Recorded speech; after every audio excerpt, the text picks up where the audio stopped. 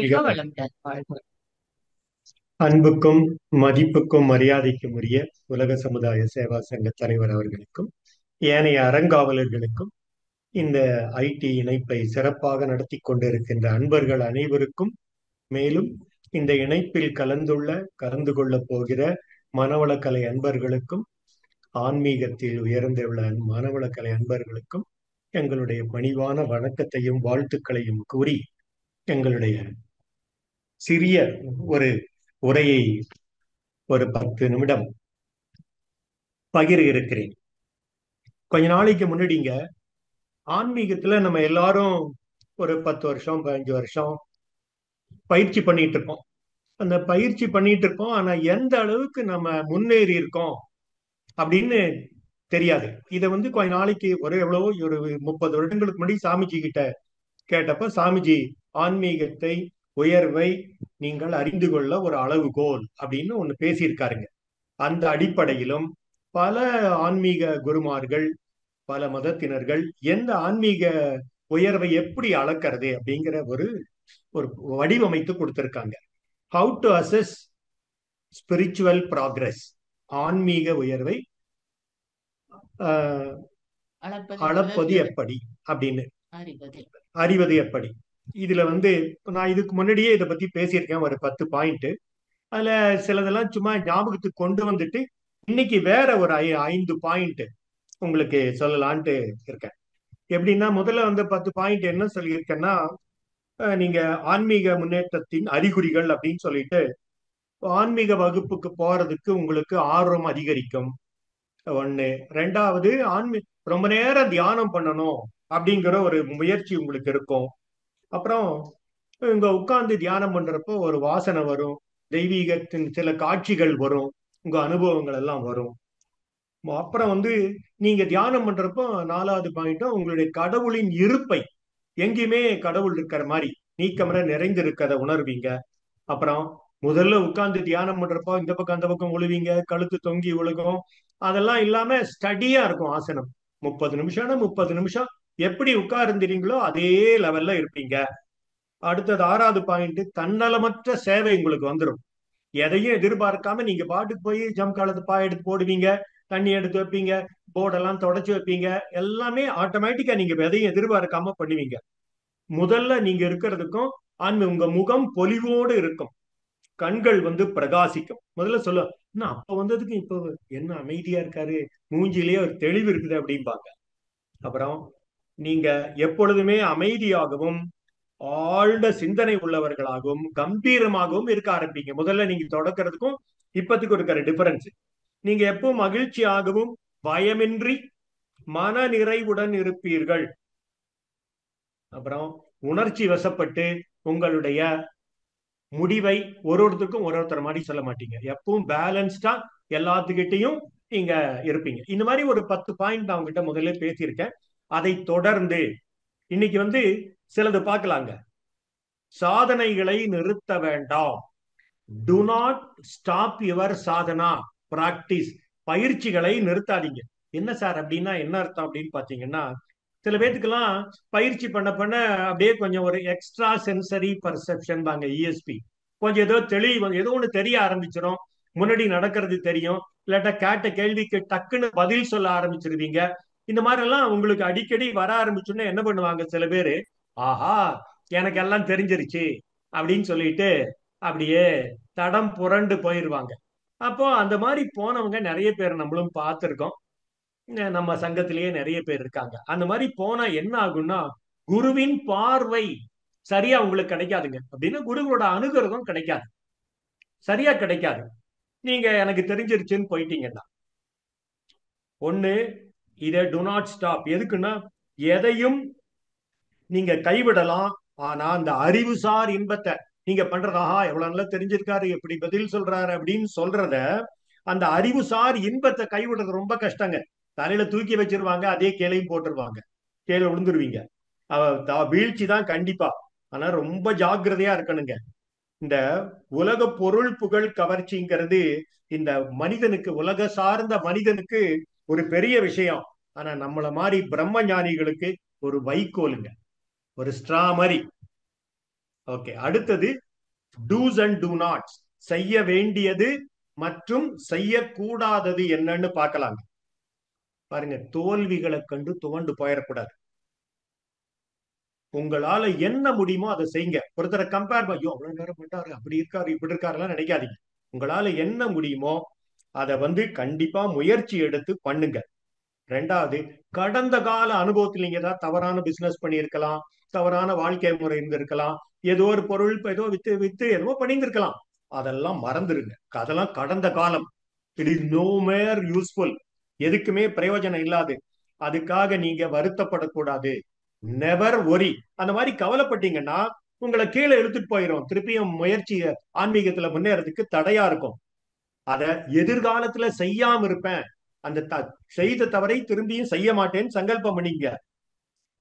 தோல்விகளை நினைச்சு எதிர்காலத்துல பயப்படக்கூடாது. அதை மாத்தி அமைச்சுக்குங்க. நல்ல ஒழுக்கத்தை உங்களை பலப்படுத்தும். இறைநிலை உணர்வுங்கிற ஆசைய நீங்க முன்னாடி வச்சுட்டே இருந்தீங்கன்னா, அந்த பர்பஸ் ஆஃப் லைஃப் அதை முன்னாடி வச்சுட்டே இருந்தீங்கன்னா அதை நோக்கி தான் உங்க பயணம் இருக்கும். அதனால do's and do nots. I cannot do இட்ங்கிறத அந்த கடைசியில டீ எடுத்துருங்க. ஐ கேன் டூ இட், அவ்வளவுதான். நம்மளால முடியாதது ஒண்ணுமே கிடையாது. சரி, அப்படி இருக்கிறதுக்கு இது எப்படி சார் செயல்படுகிறது? இந்த திட்டம் கடவுள் இயற்கையில் எப்படி செயல்படுகிறதுன்னு பாத்தீங்கன்னா, ஒவ்வொரு பயிற்சியும் நீங்க செய்யற அரை மணி நேரம் பண்ணாலும் சரி, ஒரு 2 மணி நேரம் பண்ணாலும் சரி, எக்ஸசைஸ 10 நிமிஷம் பண்ணாலும் சரி, எல்லாமே உங்களுடைய கணக்கில் வைக்கப்படுகிறது. பிக்கி பேங்க்னு சொல்லுவாங்க. இந்த பிக்கி பேங்க்ங்கிறது ஒரு உண்டியல் மாதிரி கொடுப்பாங்க சில பேங்க்ல கொண்டு. நீங்க 5 ரூபாய் போட்டாலும் உள்ள வாங்கிக்கும், 50 ரூபாய் நோட்டு போட்டாலும் வாங்கிக்கும், 500 ரூபாய் போட்டாலும் வாங்கிக்கும். அந்த பிக்கி பேங்க்ல நீங்க எவ்வளவு போட்டாலும் வாங்கி வச்சுக்கோ. கடைசியில அந்த ஆளு பேங்க் ஆபீசர் பேங்க்ல இருந்து அந்த கலெக்டர் திறந்து பார்த்தான்னா, பாருங்கம்மா 685 ரூபாய் இருக்குமா. நீங்க 1 ரூபாயும் போட்டிருக்கலாம், எவ்வளவு போட்டிருந்தாலும் கடைசியில உங்களுடைய எப்படி அந்த பிகி பேங்க்ல நீங்க போடுற பணம் எல்லாமே வரவு வைக்கப்படுகிறதோ, அதே மாதிரி நீங்கள் ஆன்மீகத்தில் செய்யும் தொடரும் முயற்சிகள் அனைத்தும் உங்களுடைய ஆன்மீக பேங்க் அக்கவுண்ட்ல வரவு வைக்கப்படுகிறது. அந்த வரவு உங்களுக்கு கொஞ்சம் கொஞ்சமா பலத்தை அதிகரிக்கும். ஆன்மீகத்துல முன்னாடி போறதுக்கு உங்களுக்கு ரொம்ப உதவியாக இருக்கும். அதனால அயரா விழிப்புடன் இருங்க, தியானம் பண்ணுங்க அக்னி சக்கரத்துல. அப்புறம் தேவையற்ற ஆசைகளை அடித்தளத்திலேயே ரூட் லெவல் இட் செல்ஃப் நிபிட், அந்த முளையிலேயே கிள்ளி போட்டுற அந்த களைகளை. சரி சார், இதெல்லாம் சொல்லிட்டீங்க, அது எப்படி சார் நான் கண்டினியூ பண்றணும், அது எப்படி ப்ரொசீட் பண்ணணும்னா ஒரு சின்ன 2 உதாரணம் சொல்றேன் பாருங்க. ஒரு கப்பல்ல ஒரு மாலுமி இருக்கான், இந்த கேப்டன். அவனுக்கு கேப்டனே உள்ள என்ன நடக்குது அதெல்லாம் தெரியாது அவனுக்கு. எப்படி அலைகள் வருது, என்னோட நோக்கம் என்ன, லைட் ஹவுஸ் எங்க இருக்கு, எந்த கலங்கரை விளக்கம், அது எந்த இடத்துல நான் போய் பார்த்தேன்னா எப்போ போய் சேர முடியும், அதைத்தான் அவன் ஃபோக்கஸ் பண்ணிட்டே இருப்பான். அந்த மாதிரி நம்மளும் நம்ம வாழ்க்கையின் நோக்கம் குறி என்னங்கிறத நோக்கத்திலேயே இருக்கணும். பொறுமையுடனும் விடாமுயற்சியுடனும் அயரா விழிப்புணர்வுடனும் அச்சமின்றி செய்யணும். அதுக்கு வலிமை தேவை. அப்போ இதுக்கு இன்னொரு உதாரணம் கூட சொல்றாங்க. ஒரு ஆபரேஷன்ல பண்ற ஒரு சர்ஜன் அதுக்கு முன்னாடி என்ன பண்ணுவாரு, கேஸ் ஸ்டடி எல்லாம் படிச்சுக்குவாரு.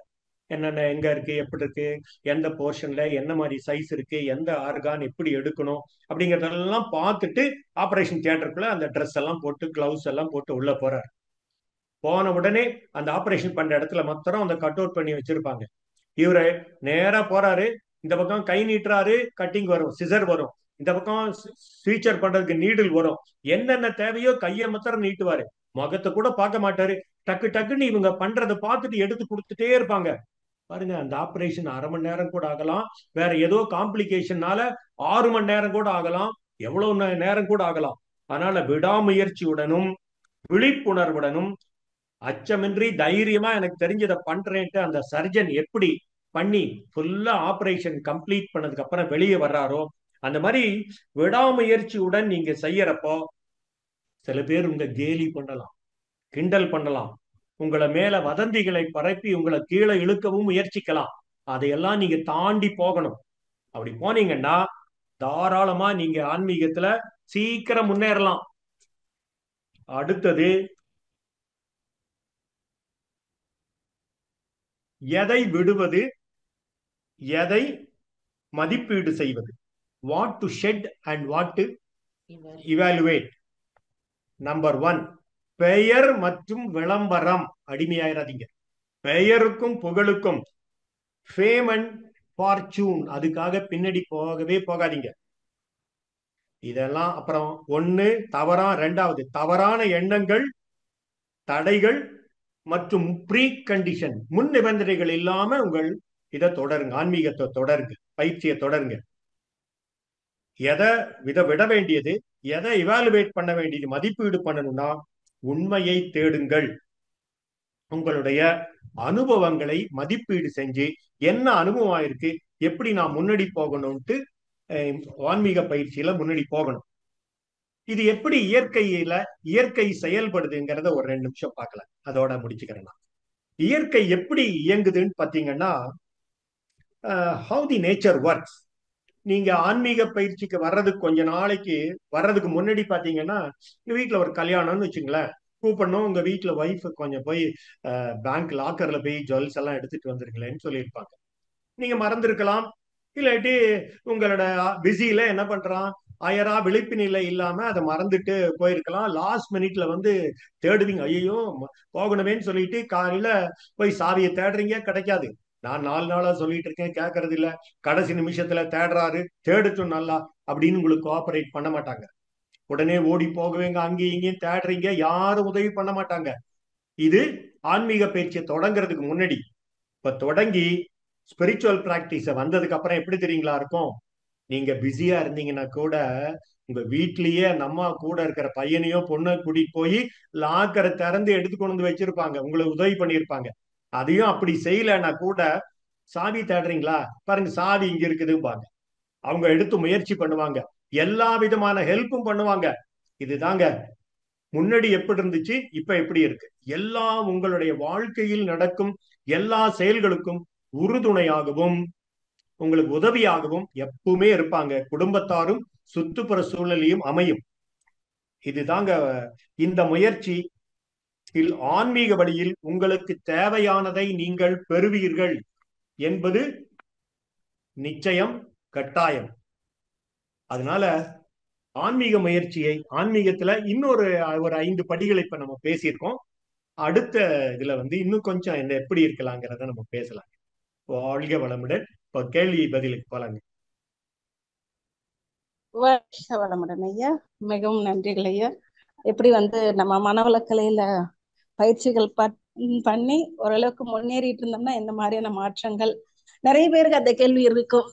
நிறைய நிகழ்ச்சியில கேள்வி கேட்பாங்க, நாங்க எப்படி முன்னேறி இருக்குமா இல்லையா அப்படின்ற கேள்விகள். அன்னைக்கு அதுக்கான பதில்கள் இப்ப நீங்க கொடுத்திருக்கீங்க, மிக்க நன்றிகள் ஐயா. இப்ப இந்த கேள்வி கேட்க விரும்பும் அன்பர்கள் தங்களுடைய கைகளை உயர்த்துமாறு அன்புடன் கேட்டுக்கொள்கிறோம்.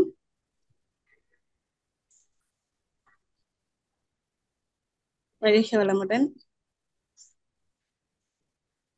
கிருபாநிதி அம்மா வாழ்க வளமுடன், உங்களை அன்மிட் கொடுத்திருக்கோம். ஐயா அம்மா வாழ்க வளமுடன். வாழ்க வளமுடன். வாழ்க வளமுடன் ஐயா. நன்றி ஐயா, வாழ்க வளமுடன். போன தவணை உங்களுடைய ஸ்பீச்சை நான் கேட்கல, அப்புறம் தான் யூடியூப்ல கேட்டேன். போன மாசம் நான் அட்டன் பண்ண முடியல. அப்ப உங்களுடைய பேச்சை கேட்கும் போது அம்மா சொன்னது எனக்கு இப்ப கூட ஞாபகம் வருது. அப்போதைக்கு இப்போதே சொல்லி வைத்தேன் அப்படிங்கிற தலைப்புல தான் போன தவணை நீங்க சிந்தனை உரை கொடுத்துருந்தீங்க. அதுக்கு விளக்கம்னு சொன்னீங்க. ஆமா, இப்ப அப்போது நடக்க போறத இப்பவே சொல்லி வச்சா அது வந்து வான்காந்தத்துல பதிஞ்சு அது கண்டிப்பா நடக்கும் அப்படிங்கிற ஒரு நம்பிக்கை தானம்மா அது?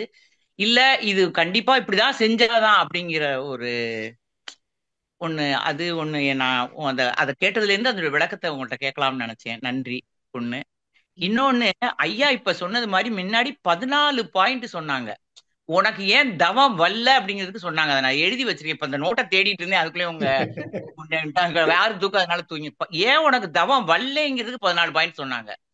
அதுல வந்து நீ யாரையும் மன்னிக்கிற தன்மை இல்ல, எதையும் மறக்கிற தன்மை இல்லைங்கிறத ரொம்ப சொன்னாங்க. அதை நான் அடிக்கடி நினைப்பேன், அந்த 14 பாயிண்ட் எடுத்து படிப்பேன். ஏன் நமக்கு ஆனா ஏன் நான் வந்து இப்ப தேறி முழுமை அடைஞ்சிட்டேன்னு சொல்லல, இருந்தா கூட என்னுடைய மன ஓரளவு நான் பக்குவப்பட்டு ஆனா நேத்து பையா இன்னைக்கு நீங்க ஸ்பீச் கொடுக்கறதுக்கு நேத்து என்னுடைய சொந்த ஊருக்கு போனேன். 40 வருஷம் அந்த ஊர்ல வாழ்ந்திருக்கேன். 30 வருஷம் விட்டு போச்சு. நேத்து வழி இல்லாம ஒருத்த கூப்பிட்டாங்க, நான் கூடவே போயிட்டேன். நைட்டெல்லாம் தூங்கலையா அந்த ஊர்ல. ஏன்னா எல்லாத்தையுமே எங்க மாமா எம்எல்ஏ இருந்து அந்த சொத்தெல்லாம் வித்துருவாருன்னு எங்க அம்மா வந்து என்ன பண்ணாங்க, அவங்க பேரன் பேர்ல எழுதி வச்சுட்டுவாங்க. அவன் பெரிய ஐஏஎஸ், பேரை சொன்னா கூட தெரியும். அது வேண்டாம் பாவம். ஆனா அவன் ரொம்ப நல்லது செஞ்சிருக்கான். அந்த சொத்தை விட எங்களுக்கு ரொம்ப நல்லது செஞ்சிருக்கான். பட்டுன்னு வித்துட்டு போயிட்டான். அது எங்க பிள்ளைங்களுக்கெல்லாம் கொஞ்சம் வருத்தம், எங்கள்கிட்ட எல்லாம் சொல்லியிருக்கலாமே அப்படின்னு. ஆனா நான்லாம் அதெல்லாம் மறந்துட்டேன். அதை விட எனக்கு ஆனா அந்த ஊருக்குள்ள போன உடனேயா எனக்கு வந்து வீட்லயும் தூங்க முடியல. இன்னமே ஒரு ரிலாக்ஸா தவம் பண்ண முடியல. ஒரு படபடன்னு வந்துச்சு. அப்ப இது என்ன பற்று இப்படி வச்சிருக்கமே அப்படின்னு எனக்கு ஒரு ஃபீலிங் கூட வந்தது. ஒரு குற்ற உணர்வு கூட வந்தது. சரி இது அம்மாட்ட சொன்னா கிருபாநிதி பேசாம இருன்னு ஒரு வார்த்தை சொல்லுவாங்க அப்படிங்கிறதுக்காகவே இன்னைக்கு இதை சொன்னேன். அப்போதைக்கு இப்போதே சொல்லிதான் வச்சேன். ஆனா அது கேட்கலையேம்மா அப்படின்னு கேட்கலாம் அப்படின்னு நினைச்சேம்மா. ஓஹோ. நன்றி. அப்போதைக்கு இப்போதே சொல்லி வச்சேனே நடக்குமா? நான் நம்பிக்கைங்கிற வார்த்தை வந்தாலே மன இயக்கம், மனசு சந்தேகப்படுது. மனசோட இயல்பே அப்படித்தான். நல்லது சொன்னா அப்படியா கிடைக்குமா அப்படி இப்படின்னு தான் சொல்லும்.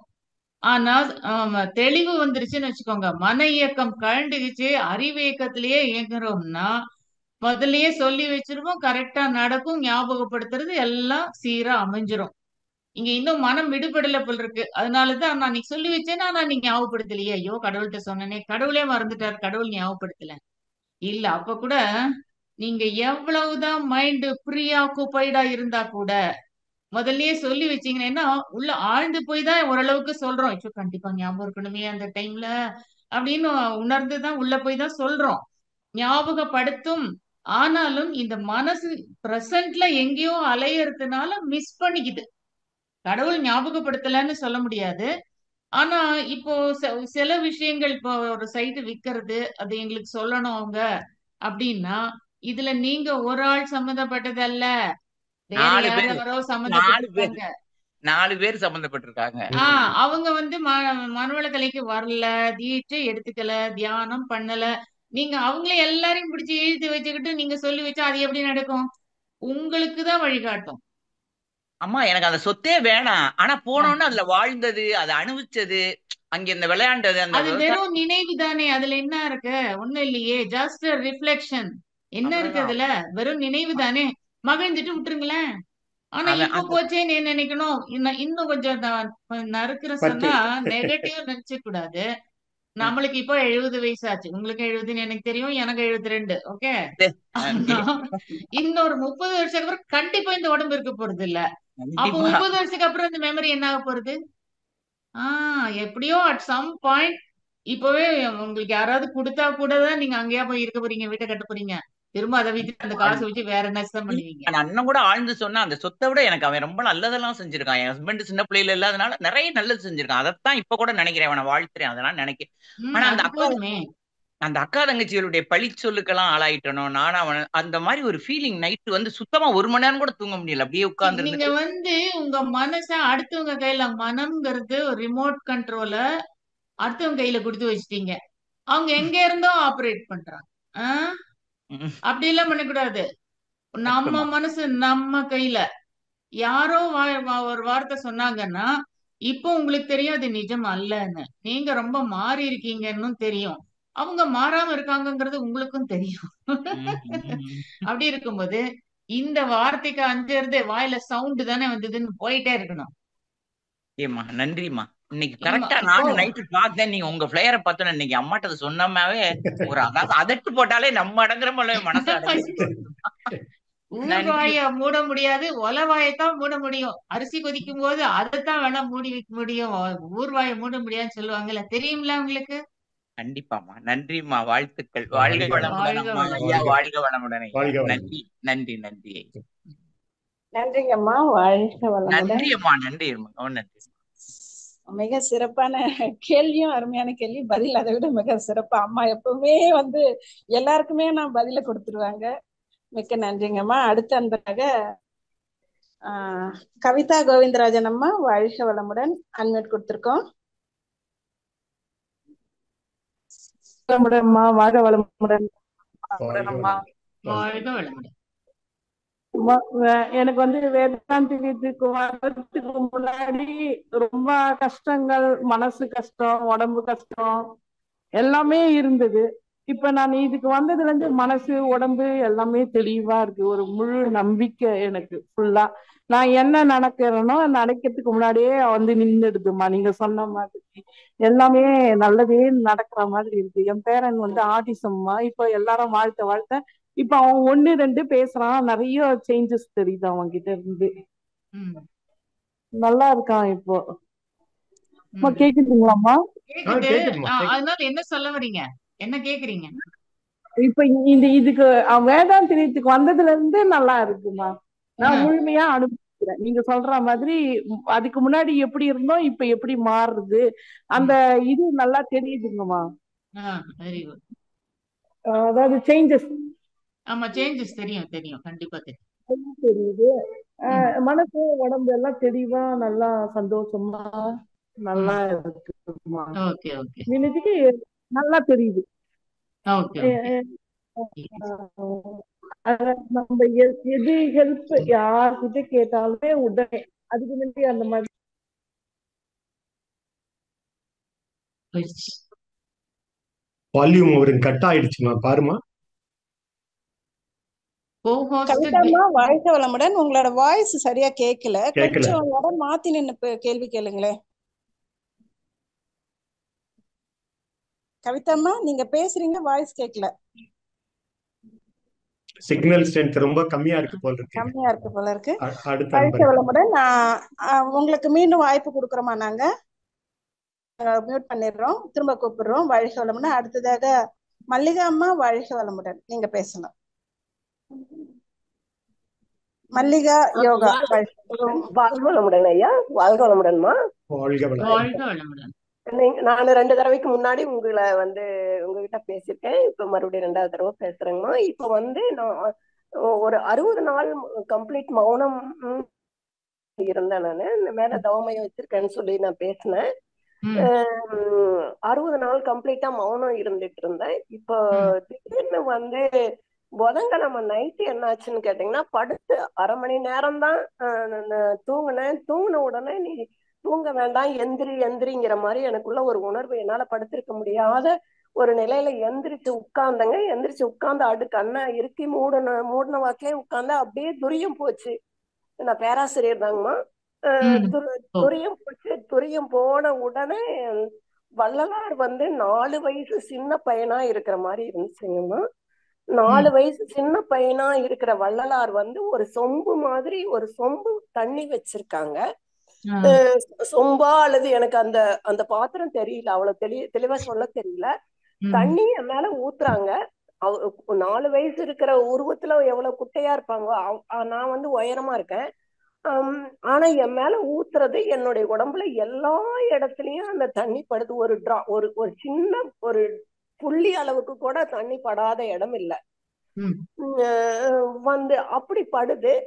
அப்படி பட்ட பிற்பாடு எனக்கு எங்கிட்ட இருந்து என்னென்னமோ வெளியில கிட்டு வள்ளலார் அவ்வளவுதான் ஒரு 2 நிமிஷம் தான் இருந்திருப்பாங்கன்னு நினைக்கிறேன். அப்புறமேட்டு எங்கிட்ட இருந்து போன இது கருப்பா உருண்டையா என்னென்னமோ என் உடம்புக்குள்ள இருந்து நிறைய வெளியில பயங்கரமா மின்னல் மாதிரி போய்கிட்டே இருக்கு. அது எவ்வளவு நேரம் போச்சுன்னே தெரியல. அதெல்லாம் நிறைவடைஞ்ச பிற்பாடு கூட என்னால தூங்க முடியல. அன்று இரவு முழுவதுமே என்னால தூங்கவே முடியல. எனக்கு என்னன்னு சொல்ல தெரியல. அது பொதுவா நீங்க ஒரு நல்லத விழைஞ்சுதான் மௌனம் இருந்திருக்கிறீங்க. 60 நாள் இருந்திருக்கிறீங்க. அது மைண்டுக்கு கொஞ்சம் ஒரு ஸ்ட்ரெயினும் ஆயிருக்கும். கண்டிப்பா ஃபுல் நம்ம ரெடி ஆகாத போது எதையுமே if we overdo it will be a strain. பிரெயினுக்கு ஸ்ட்ரெயின் தான் அது கண்டிப்பா. அப்படி ஸ்ட்ரெயின் பண்ணிருக்கீங்க. சரி போதும்னு 60 நாளைக்கு நிறுத்தி இருக்கீங்க. உள்ளூர உங்களுக்கு சப்கான்சியஸ்லயே ஒரு கால்குலேஷன்ஸ் இருக்கும். நான் இப்படி இருந்திருக்கேன், கண்டிப்பா எனக்கு நெகட்டிவ் போயிருக்கும், எல்லாம் நல்லது ஆகும் இனிமேல் அப்படின்னு ஒரு ஹோப், கான்பிடன்ஸ், நம்பிக்கையும் உள்ளூர இருக்கும். அது எல்லாமே சேர்ந்து முடிச்சிட்டு பிசிக்கலா தூங்கும் போது டக்குன்னு முழிப்பு வந்த மாதிரியும், அது உடனே உங்களுக்கு இதுக்கு முன்னால வள்ளலாரோடதெல்லாம் படிச்சிருப்பீங்க, அவர் சாமிஜிக்குள்ள வந்தார்னு எல்லாம் கேள்விப்பட்டிருப்பீங்க. அது எல்லாமா சேர்ந்து பதிவுகள் தான். எதை எங்கெங்கயோ இப்படி இப்படி வர்றதுதானே நம்ம கனவு. நமக்கு பதிஞ்சது. ஆனா அன்எடிட்டடா வர்றதுதான் பதியுது கனவு. அது மாதிரி வந்து உங்களுக்கு நல்லதான மாதிரி இருந்திருக்கு. அப்ப நெகட்டிவ் போயிடுச்சுன்னா நிம்மதியா தூங்கி இருக்கணும். ஒரு பக்கம் போகும்னு நம்புறீங்க, போகும்போது போயிடுச்சு அப்படின்னு ஞாபகப்படுத்திக்கணும்ல. வாழ்க வளமுடன். ஆமா. பாருங்க, நீங்க 60 நாள் இருந்தப்போ விடா இன்ட்ராஸ்பெக்ஷன் அகத்தாய்வு பண்ணீங்களா? பேப்பரை கையில எடுத்து வச்சீங்களா? அதுக்கெல்லாம் தீர்வு எழுதுனீங்களா? அப்படி எழுதுனேங்க. எழுதியிருந்தீங்கன்னா பரவாயில்ல. எழுதியிருந்தாலும் அதுக்கு முடிவு எடுக்கலைன்னா அதெல்லாம் சேர்ந்து மௌனம்ங்கிறது ஒரு டோட்டல் இன்ட்ராஸ்பெக்ஷன் டெக்னிக்ங்க.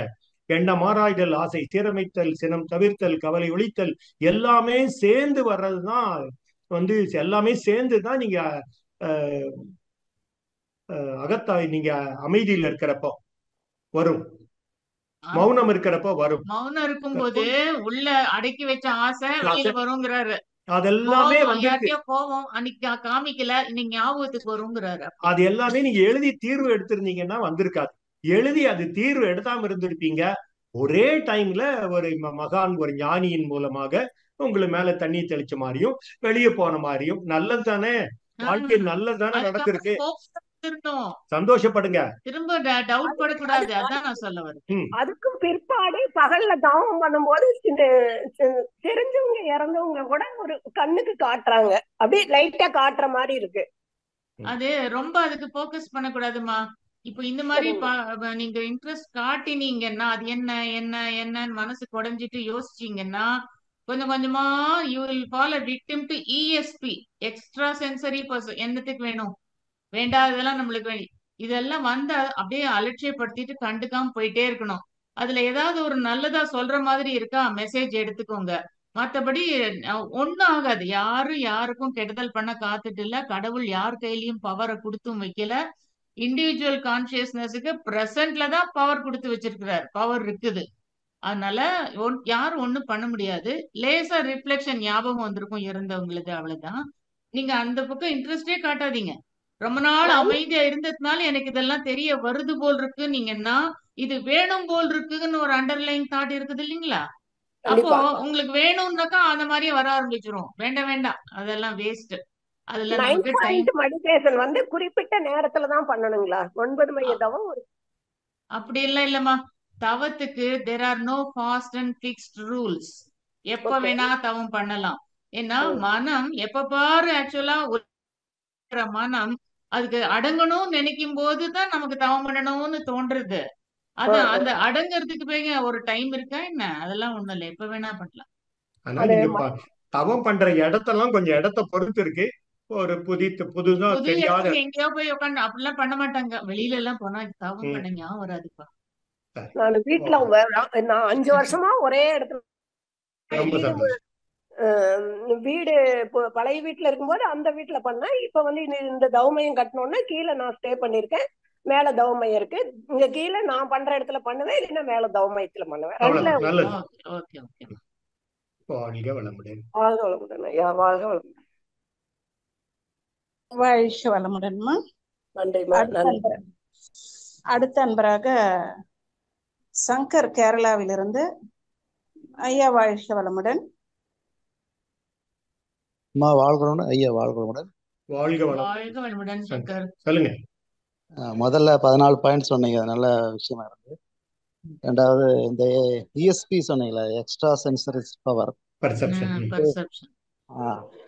அது வந்து சாதாரண தியானம் பண்றவங்களுக்கு ஜாஸ்தி வருமா இல்ல சாதாரண மனுஷனுக்கே வருமா? ஏன்னா நான் கேட்குற கேள்வி என்னங்கன்னா, நேற்று என்னோட ஒய்ஃபோட தங்கச்சி வந்து முந்தானத்து வந்து உடம்புக்குள்ள என்னமோ ஒரு பய உணர்வு, என்னமோ தோணுது, என்னமோ நடக்க போகுதுங்கிறது தோணுது. அது எனக்கு நடக்க போதுமோ ஒரு தோணல் வந்தது. ஆனா நேத்திக்கு வந்து அவங்க மாமா இறந்துட்டாரு. அப்ப இது சாதாரண ஆளுகளுக்கு வருது.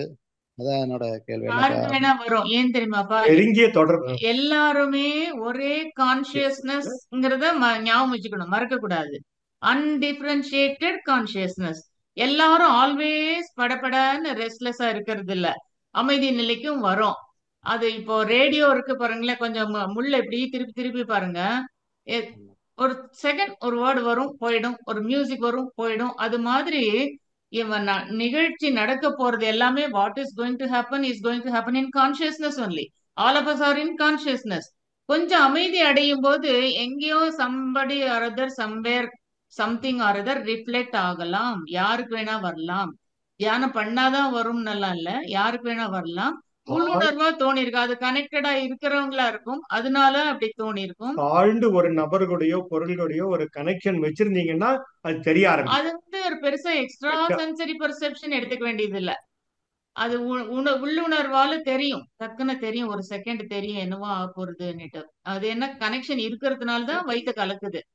சம்படி இஸ் கோயிங் டு டைங்கும் போதோ ஆக்சிடென்ட் ஆக போகுதுங்கும் போதோ இங்க வயித்த கலக்கிறது இல்ல. அதனால அதனால சான்சஸ் ஆர் தேர். யாரும் தியானம் பண்ணலாம், பண்றவங்களுக்கும் இல்ல, இல்லாதவங்களுக்கும் வரும். வரும். தியானம் பண்றவங்களுக்கு அமைதியா இருந்து போறவங்களுக்கு கொஞ்சம் அதிகமா வரும் டக்குன்னு பர்சன்டேஜ் வைஸ். தெரிஞ்சுக்குவாங்க, ஷார்ப்பாவும் இருப்பாங்க, பேலன்ஸ்டாவும் இருப்பாங்க. அது ரொம்ப முக்கியம். நமக்கு நெகட்டிவ் தெரிய வரும்போதும் பேலன்ஸ்டா இருக்கிறது ரொம்ப முக்கியம். ஆனா சில பேர் என்ன பண்ணுவாங்க, அதுக்காக பெயரும் புகழும் வருதுங்கிறதுக்காக அது பின்னாடி போயிருவாங்க. அப்படி அங்கதான் போகலாம். ப்ராப்ளம் வர்றது. ஆமாங்க ஆமாங்க. அந்த எனக்கு மாதிரி கேட்டு சொல்லுங்க, எனக்கு கேட்டு எனக்கு சொல்லுங்க. என்ன ஆகும்னு கேட்டு சொல்லுங்க இப்படின்லாம் கேட்பாங்க அடுத்தவங்க. அதுக்கெல்லாம் ஆமா, நம்ம பதில் சொல்லவே கூடாது. அதை வச்சு காசு பண்ண பார்ப்போம். ஆமா, இந்த மாதிரி வர்றதையே சொல்லக்கூடாதுங்க. ஆஹ் அந்த மாதிரி அதான் சொல்ற தெரிஞ்சற மாதிரி கடவுள் வச்சிருந்தாருன்னா அப்புறம் லைஃப்ல வாழ்ற இன்ட்ரெஸ்டே போயிருமே. ஆமா ஆமாங்க. அதே மாதிரி இன்னொரு கேள்விங்கம்மா, கேளுங்க. அதாவது மௌனம், மகர்ஷி மௌனம் இருந்து நிறைய புக்ஸ் எழுதியிருக்காரு, நிறைய இன்ட்யூஷன், நிறைய விஷயம் வந்தது சொல்லியிருக்காரு. அப்ப இந்த மௌனம் இருக்க இது பெரிய விஷயம்னா உள்ள இருக்கிற இன்ட்யூஷன் கிடைக்குது, ரெண்டாவது இறைநிலையிலிருந்து ஒரு மெசேஜ் கிடைக்குது. இதெல்லாம் எடுத்தது நம்மளுக்கு மகர்ஷி நிறைய தத்துவங்களும் நிறைய புஸ்தகங்களும் தந்திருக்காரு. அப்படி இருக்கும்போது சொன்னீங்க கொஞ்ச நேரத்துக்கு முன்னாடி, மௌனம் இருக்கும்போது இன்ட்ராஸ்பெக்ஷன் செஞ்சீங்களான்னு கேட்டீங்க.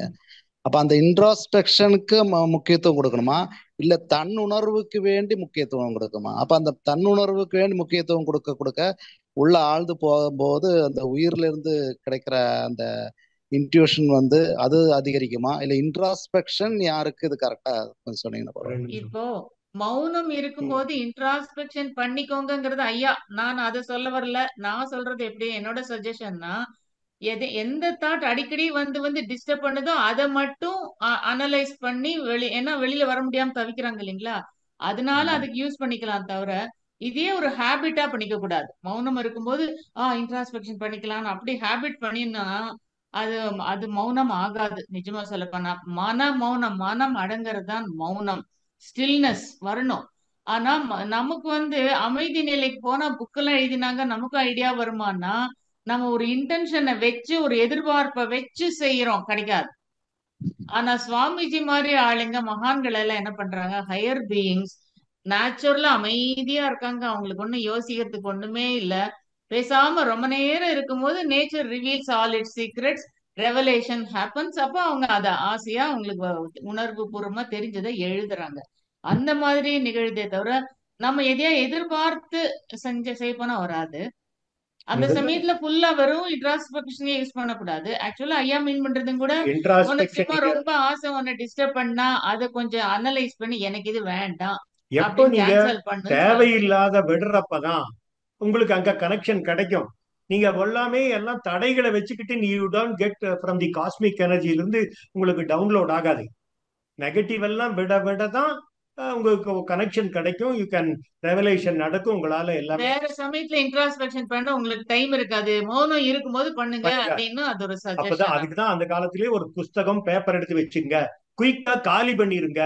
தேவையற்ற ஆசைகளை, எண்ணங்கள், கோபத்தை காலி பண்ண டைரக்டா இங்க உங்களுக்கும் இந்த அடிமனதுக்கும் புறமனதுக்கும் நடுமனதுக்கும் தாண்டி இறைநிலையோட ஒரு தொடர்பு கிடைக்கும். அதுக்காக சொல்றதுங்க. மொத்தத்துல பதிவுகள் எல்லாம் காலியாக்கணும். ஆமா ஆமா, காலியாகாம இங்க இல்ல கனெக்ஷன். இன்னொன்னுப்பா, பதிவு எல்லாம் காலியாகணும்னு உட்காந்து இருக்க கூடாது. என்ன தோணிடும் தெரியுமா, எனக்கு தோணுனது உண்டு, எல்லாம் போன பின்ன கிளியர் பண்ணிக்கலாம். அப்ப நானே என்ன தூய்மைப்படுத்திக்கிட்டேன்னு ஆயிடும். கடவுளை விட எனக்கு பவர் மாதிரிக்கு ஆயிடும். அப்படி கிடையாது. அது நம்ம சின்சியரா இருக்க இருக்க இருக்க உள்ள இருந்தே ஹெல்ப் கிடைக்கும். அப்ப அது கேன்சல் பண்ணிடும். எனக்கு தோணுச்சு இவ்வளவு நாள் பண்ணதெல்லாம் நான் எனக்கே என்ன தாட் வந்ததுன்னா, இவ்வளவு நாள் பண்ணது மாயையில பண்ணிட்டோம், தெரியாம அகங்காரத்துல பண்ணிட்டோம், இதுக்கு எப்படி நான் பொறுப்பெடுத்துக்க முடியும்? அதெல்லாம் முடியாது காட் அப்படிங்கும் போது அது கடவுளே சொல்றது.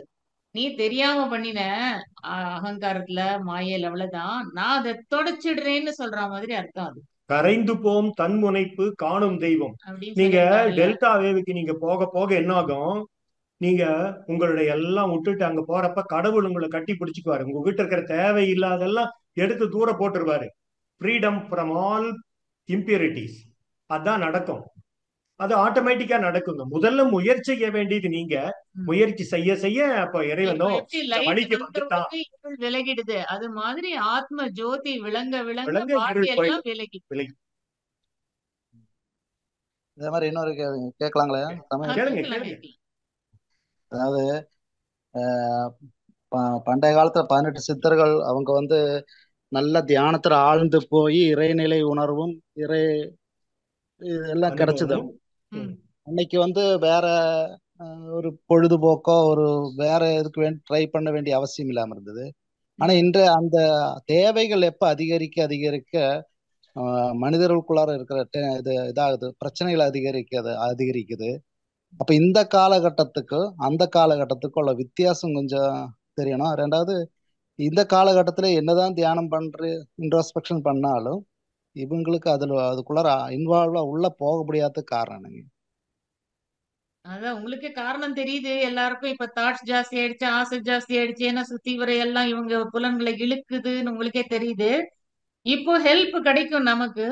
உடம்ப விட்ட ஞானிகள் மகான்களோட இதனால உதவினால இப்ப இருக்கிறவங்களுக்கு சின்சியரா இருந்தா ஹெல்ப் கிடைக்கும். கான்டாக்ட் கிடைச்சு எப்படி தாண்டி போறதுன்னு ஐடியாஸ் வரும். They are ready to help us, we must be ready to cooperate with them. அவ்வளவுதான். இப்போ எந்த அளவுக்கு நீங்க ஆன்மீகத்துல உயர்ந்து போயிட்டே இருக்கீங்கன்னு வச்சுங்க, 85% போயிருப்பீங்க. அப்போ இந்த ஜென்மத்துல 85% முன்னாடி வந்துட்டீங்க. அடுத்தது உங்களுடைய அட்டாச்சாயி பிறவி தொடர்றப்போ 86வது படியில் இருப்பீங்க. உடனே ஹையர் பீயிங்ல இருந்து மத்தவங்களுக்கு உதவி செய்யற மாதிரி இருப்பீங்க. பாருங்க, சம்பவாமி யுகே யுகே, காலத்துக்கும் தேவைக்கும் தகுந்தாற்போல் ஞானிகளும் மகான்களும் அந்தந்த இடத்துல தோன்றி உதவி பண்ணிக்கிட்டே தான் இருப்பாங்க. அதனால ஒரு எவ்வளவோ மகான்கள் தேவையில்லை. நல்லார் ஒருவர் உளரேல் அவர் பொருட்டு பெய்யுமாம் மழை, எல்லாருக்கும் பெய்யுமாம் மழை. அப்போ ஒரு ஊர்ல ஒரு ஞானி இருந்தா போதும், அவருனால எல்லாம் நடக்கிற மாதிரி அங்கங்க என்ன தேவையோ காலத்துக்கும் தேவைக்கும் தகுந்தாற்போல ஞானிகளும் மகான்களும் வந்துட்டே தான் இருப்பாங்க. மகான்களை நம்ம மீட் பண்ணி அவங்க நமக்கு ஹெல்ப் பண்ணினாங்கன்னு ஒன்னும் தேவையில்லை. நமக்கே நம்ம சின்சியரா பிராக்டிஸ் பண்ணும்போது உள்ளுணர்வாக அந்த ஐடியா கிடைக்கும். நம்ம அதை இம்ப்ளிமெண்ட் பண்ண முடியும். நமக்கே வரதுனால it brings energy with it. Implement பண்ண முடியும். அப்படிதான் நம்ம முன்னேறோம். அந்த help always it is there from divinity and from all enlightened masters. ஏன்னா வெளியில காமிச்சுக்காம நிறைய பேர் இருக்காங்க, நமக்கு தெரியறது இல்லைங்க. நம்ம பேர் தெரிஞ்சு கூப்பிட்டாதான் கிடைக்கும்னு அப்படி கிடையாது. அது கிடைக்கும். ஆகாஷிக் இம்ப்ரிண்டா இருக்கிறது கூட நமக்கு நம்ம மைண்ட் டியூன் அப் ஆகும்போது அந்த மீட்டருக்கு வரும்போது டக்குன்னு லிங்க் ஆகும், அது பிளாஷ் ஆகும், நம்மளுக்கு ஐடியா வரும், அந்த மாதிரி செய்வோம். சரி, இன்னொரு கேள்வி இருக்கு, ஆனா அடுத்த ட்ரிப் கேட்டுக்கிறேங்க, டைம் இல்லை அதனால. பரவாயில்ல. ஓகே, சரிங்க. டிஸ்டர்ப் பண்ணதுனால. வாழ்க வளமுடன். வாழ்க வளமுடன்.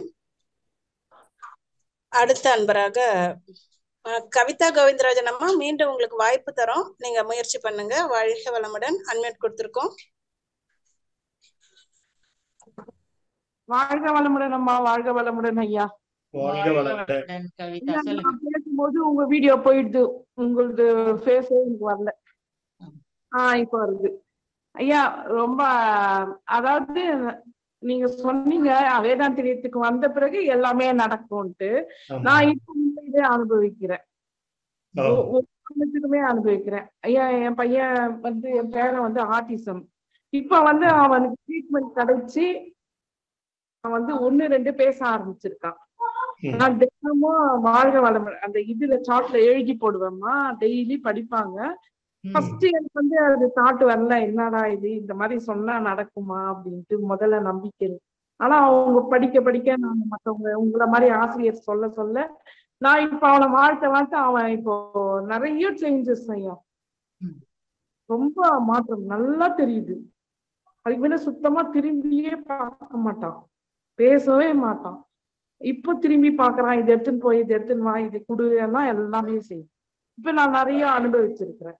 அதே மாதிரி ஒரு நம்ம ஏதாச்சும் தப்பு பண்றது கூட தோணல. ஒரு சின்ன தப்பு கூட பண்ணணும்னா மனசு உறுத்துது. நம்ம தெரிஞ்சு செய்யறோமா தெரியாது செய்யறோமா அதை யோசிக்க தோணுது. இதெல்லாம் நிறைய மாற்றங்கள், உடல் மனம் எல்லாமே மாறி.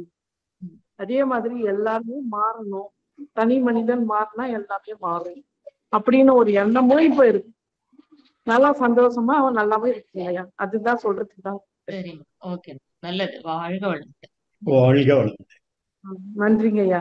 நன்றி. வாழ்க வளமுடன். அடுத்த அன்பராக சிவசக்தி அவர்கள், வாழ்க வளமுடன். அம்மா வாழ்க வளமுடன். வாழ்க வளமுடன். ஐயா அம்மா வாழ்க வளமுடன். வாழ்க வாழ்க வளமுடன். வளமுடன். நல்லா இருக்கீங்களா ரெண்டு பேரும்? நல்லா இருக்கமா? ஸ்ரீலங்கால இருந்து பேசுறேங்க ஐயா. ஓ, சொல்லுங்க. எந்த ரொம்ப இடத்துல, நாளா ஸ்ரீலங்கால எந்த இடத்துல இருக்கீங்க? ஸ்ரீலங்காலங்க ஐயா நாவலப்பட்டி, கொழும்புக்கு கொழும்பு ஆ, நாவலப்பட்டியில இருக்கோம். சரி சரி, ஓகே. ஐயா எனக்கு ரொம்ப சந்தோஷம். உங்க ரெண்டு பேர்ட்டும் கதைக்கிறது ரொம்ப நாள் காத்திருப்பு. இன்னைக்கு தான் எனக்கு அது கிடைச்சிருக்கு. கோடான கோடி நன்றி. ஐயா இப்ப நான் 3 வருஷமா மனவளக்கலையில இருக்கேன். ம், சரி. இப்ப வந்து மனவளக்கலைங்கிறது மனசு ரொம்ப அமைதியா இருக்கு. இந்த விதமான என்ன சொல்றதுங்க, அப்படியே நின்றுச்சு, மனசு அப்படியே நிக்குதுங்க. எங்கிட்டும் ம், போகாது, டென்ஷன் இல்ல, கோவம் இல்ல, ம், இயல்பா இருக்கேம்மா. ம், ம். மத்ததுமா எனக்கு ஒரு டவுட் என்னன்னு கேட்டாங்கம்மா, நம்ம வந்து தீட்சை கொடுக்குறோம் தானே, ஆ, ஆமா. தீட்சை கொடுக்கக்குள்ள கண்ணாடி தவம் செய்துட்டு தீட்சை கொடுக்க சொல்றாங்கம்மா, அப்படித்தானே? தீட்சை கொடுத்தா நல்லோம் அப்படின்ட்டு. இப்ப ம். கண்ணாடி தவம் செஞ்சுட்டுங்கம்மா, நாங்க தீட்சை கொடுக்க போக்கல வான்காந்த சக்தியை, குருவை நினைச்சு வான்காந்த சக்தியும் கொடுக்க சொல்றாங்க, அப்படித்தானேம்மா? ஆமா, ஆமா. ஆமா. ம், இப்ப இந்த நாங்க வந்து அதாவது இந்த ரெண்டு விஷயத்தையும், அதாவது கண்ணாடி தவம் செய்யாம வான்காந்த சக்தியை மட்டும் எடுத்துட்டு கொடுத்தா என்னங்கம்மா, ஆ, இல்ல ரெண்டுமே? அதுக்கு கொஞ்சம் என்னன்னா, பெரிய இல்ல அதான் கேள்வி சொல்லு. கேள்வி கேட்டாச்சு. என்னன்னா, நீ வந்து இப்போ கண்ணாடி தவம் பண்றதுக்கு முன்னால உன்னை ஒரு ஒரு போட்டோ எடுத்து வச்சுப்போம். அப்புறமா கண்ணாடி தவம் பண்ணின பின்ன உன்னோட ஒரு போட்டோ எடுத்து பார்த்தா கிரில்லியன் கேமரா வச்சுக்கிட்டு உன்னோட எனர்ஜி லெவல் கொஞ்சம் ஜாஸ்தியா இருக்குது. அப்ப என்ன சரிங்க. அர்த்தம்? நீ பெரிய பாத்திரம் நிறைய இருக்குது. நிறைய இருந்தா தானே நிறைய கொடுக்க முடியும். நீ பெரிய ஆமா ஆமா பாத்திரமா இருந்தா தானே உன் மூலமா நிறைய போகும்.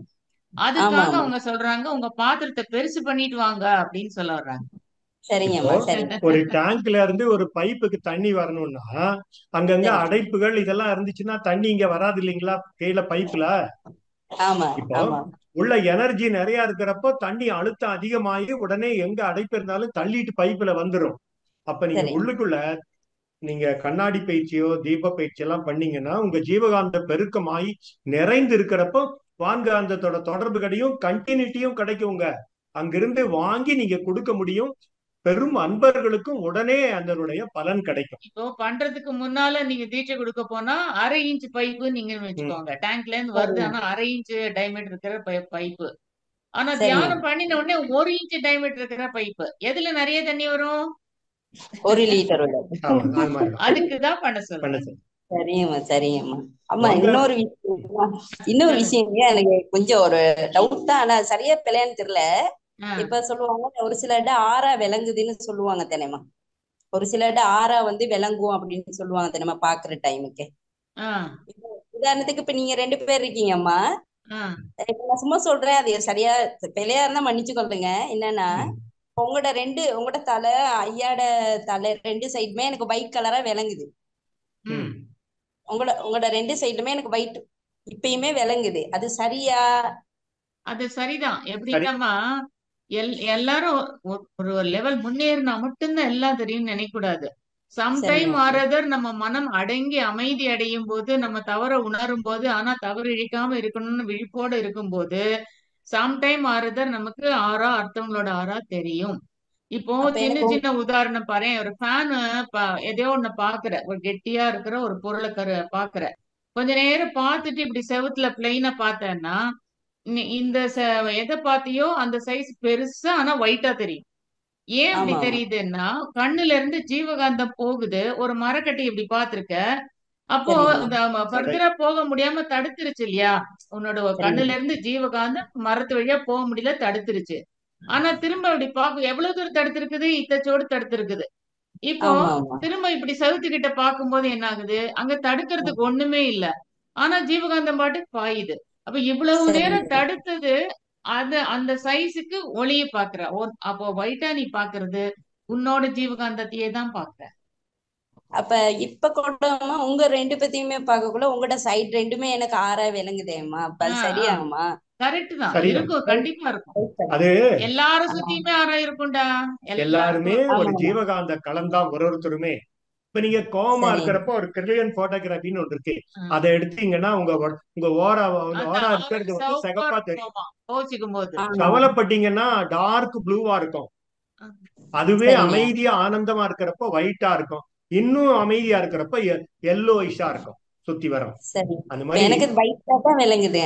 ஓகே, இப்ப ரொம்ப நீங்க ரெண்டு பேருமே சந்தோஷம். வைட்டா தான் இருக்கீங்க. ஐயா வாழ்க வாழ்க இன்னொரு வளம். இன்னொரு ஒரே ஒரு கேள்விங்க ஐயா. கேளுங்க. கேளு. ஆனா மௌனம் இருந்தாங்க ஐயா. மௌனம் இருந்துகிட்டு இருக்க ஐயா இப்ப நாங்க துரியாதீதம் தவம் செஞ்சுக்கிட்டு போறாங்க ஐயா. இந்த சந்திரன் சூரியன் பெரிய மண்டலம் போகலைங்க. அப்படி ஒரு மகிழ்ச்சி, ஒரு இனம் புரியாத சந்தோஷம் ஐயா. அப்படி ஒரு உணர்வு ஏற்படுதுங்க. அது நல்லவங்களா ஐயா?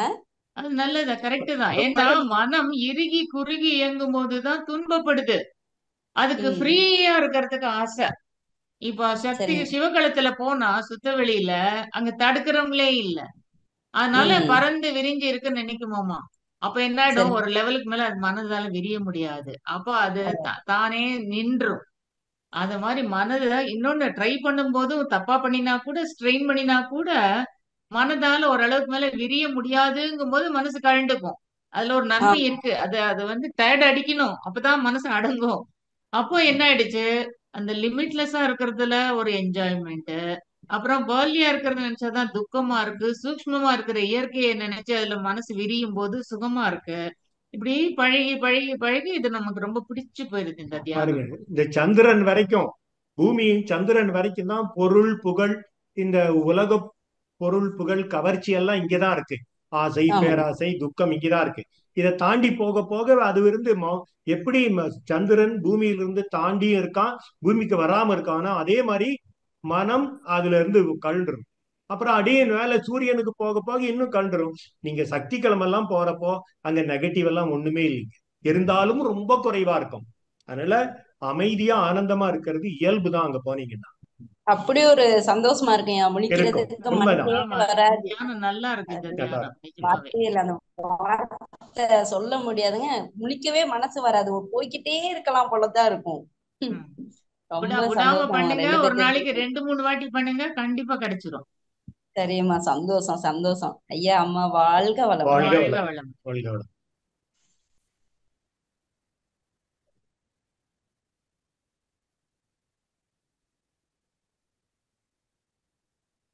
உங்க கோஹோஸ்ட் லில்லி அம்மா. ஐயா வாழ்க வளம். சாரிங்க அம்மா, வாழ்க வாழ்க வளம். வளம். அடுத்த ஐயா வாழ்க வளமுடன் ஐயா, நீங்க பேசலாம். வேலாயுதம் ஐயா நீங்க பேசலாம். ஐயா அம்மா வாழ்க வளமுடன்.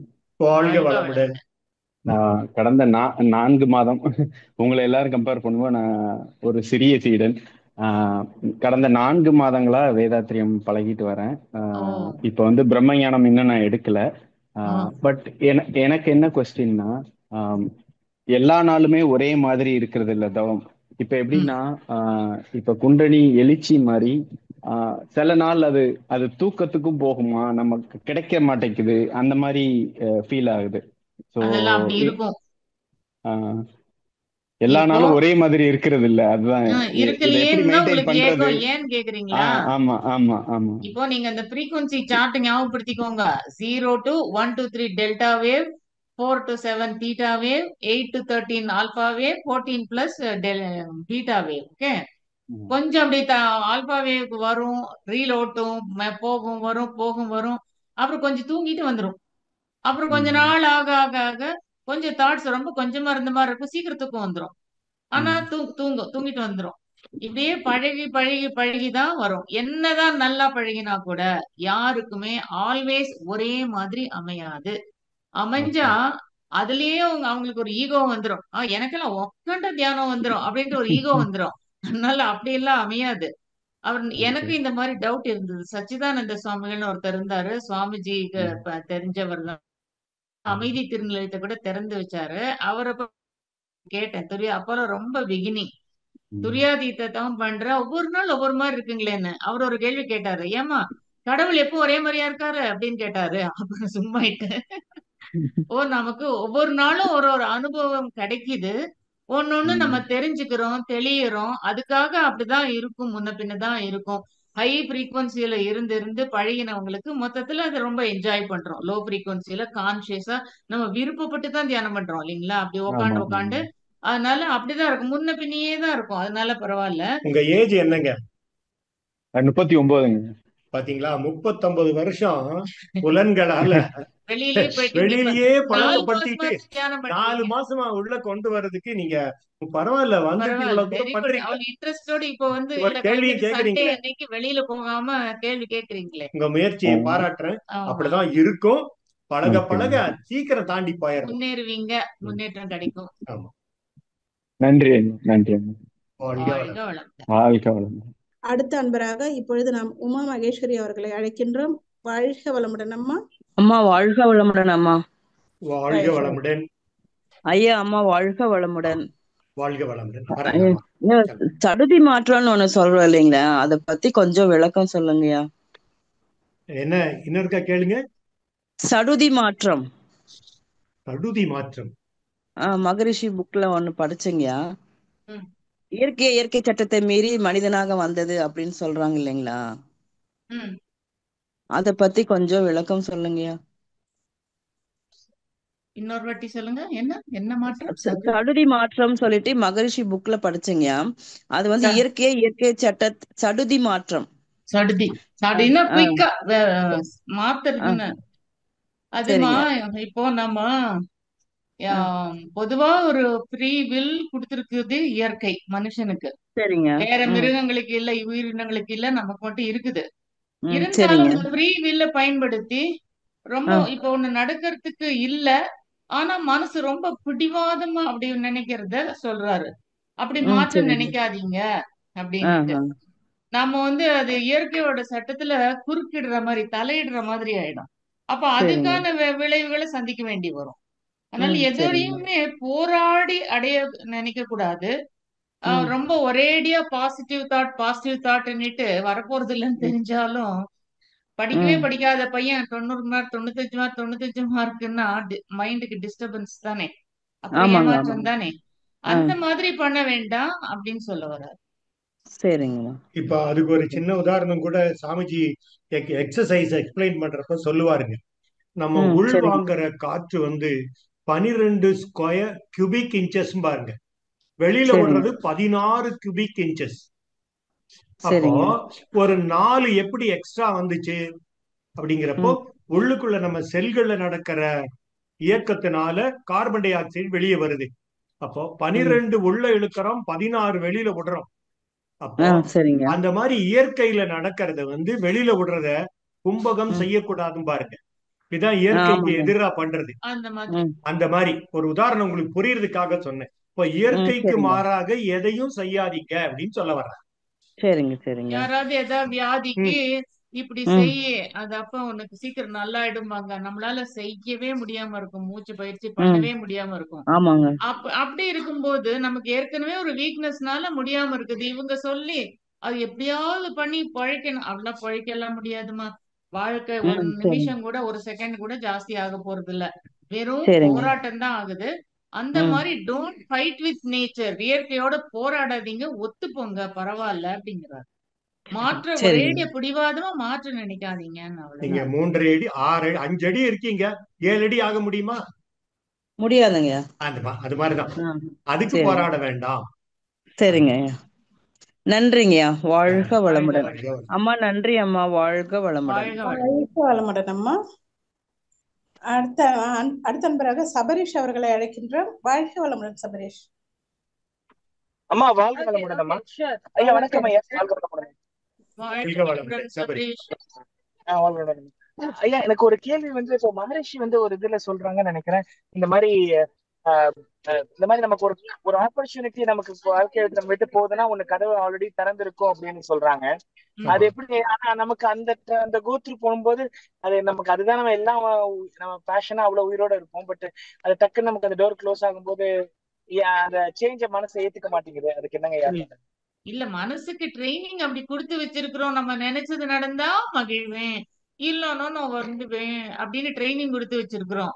இல்லைன்னா என்ன பெருசா அப்படின்னு நினைக்க ஆரம்பிச்சா மனசு அடங்க ஆரம்பிக்கும். அதுக்கான வழிதான் என்னன்னா, எத்தனை பேருக்கு இந்த துன்பம் இல்ல, நீ என்ன பெருசா அப்படின்னு கேட்டு பாருங்க, அதானே அப்படின்னு மனசு அடங்கும். நமக்கு அப்படி கேட்டு மனசை வழிப்படுத்த தெரியல. அதனால நம்ம நினைச்ச மாதிரி நடக்கலன்னா, அதான் சுவாமிஜி சொல்றாரு, நீங்க நினைச்ச மாதிரி நடக்கலன்னு ஏன் கவலைப்படுறீங்க? கடவுள் ஆக்சுவலா ஒரு கதவை சாத்திட்டு இன்னொரு கதவை திறப்பாங்க. இல்ல இல்ல, இன்னொரு கதவை திறந்து வச்சுட்டு தான் இந்த கதவை சாத்துறாரு. எல்லாம் சாத்தின கதவு கிட்டயே போய் முட்டிக்கிறாங்க. இந்த கதவு வழியா தான் போகணுங்கிற மாதிரி அவங்க நினைக்கிற விதமாக தான் சால்வ் ஆகணும்னு நினைக்கிறாங்க. அது முடியாது. ப்ராப்ளம் சால்வ் ஆகும், ஏதோ ஒரு விதத்துல சால்வ் ஆகும். அதனால வாட் ஆர் தி சொல்யூஷன்ஸ்னு பாக்கணும். முதல்லயே யோசிச்சு வச்சுக்கிட்டா, நீங்கெல்லாம் மனவளக்கலைக்கு வந்தாச்சு இல்ல, கொஞ்சம் வருஷம் ஆயாச்சு இல்ல, அப்புறம் என்ன சபரீஷ், இனிமேல் இப்படி இருந்தா நான் இப்படி ஏமாற மாட்டேன், இப்படி நான் கிடைக்கலன்னா இப்படி அப்படின்னு எல்லாம் ஒரு ஆப்ஷன்ஸ் மனசுக்கு ரெடியா ட்ரைனிங் கொடுத்து வைங்க. அப்ப ஒண்ணு அது ஏமாறாது. சரி சரி சரி சரின்னு பேசாம ஒத்துட்டு ஒரு கதவை சாத்துறதுக்கு 4 கதவை திறந்துட்டு தான் ஒரு கதவை சாத்துறாருங்க. ஒரு கதவு மாத்திரம் இல்ல, நிறைய ஆப்பர்ச்சுனிட்டிஸ் இருக்கு. எனக்கு அந்த ஊர் வேண்டாம், இந்தியாவுக்கு வந்துடலாம் அப்படின்னு ஒரு ஆப்பர்ச்சுனிட்டி கொடுக்கறாருன்னு வச்சுங்களேன். ஆனா உங்களுக்கு அந்த ஆப்பர் வேண்டாம், வேற எவ்வளவோ ஆப்ஷன் இருக்கு. அந்த கதவு மட்டும் ஃபாரின்ல இருக்கிறவங்களுக்கு அந்த கதவு திறந்திருக்குன்னே தெரியறது இல்ல, இந்தியாவுக்கு வரலாங்கிறதே தெரியறது இல்ல. எவ்வளவோ ஆப்பர்ச்சுனிட்டிஸ் இருக்கு. அங்கேயே இருந்து போராட்டம் கஷ்டப்பட்டு அந்த மூடின கதவுலயே போய் முட்டிட்டு அழுகிறாங்க. எவ்வளவோ வழி இருக்குங்க, அதெல்லாம் வரலாம். இதுதான் நம்ம வந்து we are not ready to accept, we are not ready to, ஏன்னா நம்ம கண்டிஷன் பண்ணி வச்சிருக்கோம், இப்படி இருந்தா தான். அந்த கண்டிஷன்டு கான்சியஸ்னஸ் இருக்கிறதெல்லாம் எடுத்துட்டீங்கன்னா திறந்த கதவெல்லாம் உங்களுக்கு தெரிய ஆரம்பிக்கும். இப்போ அந்த மனதுக்கு கொடுக்கிற பயிற்சி தான் மனவளக்கலை. இந்த மனசுதான் நம்மள ஆத்மான்னு அறிய விடாம தடுக்கிறது. அந்த மனசுக்கு பயிற்சி கொடுத்து ஒருத்தர் எந்திரிங்களா சொன்னார் யூடியூப்ல, இந்த பாரு உனக்கு ஒரு நல்ல டெக்னிக் சொல்லி தரேன், நீ தைரியமா அப்படி பண்ணுனாரு. என்னதான் சொல்றாரு பாக்கலான்னு பார்த்தா, இந்த மனசு என்ன கேக்குதோ வேணும் உல்டா பண்ணுங்கிறாரு அவர். ஐயோ நினைச்சேன்.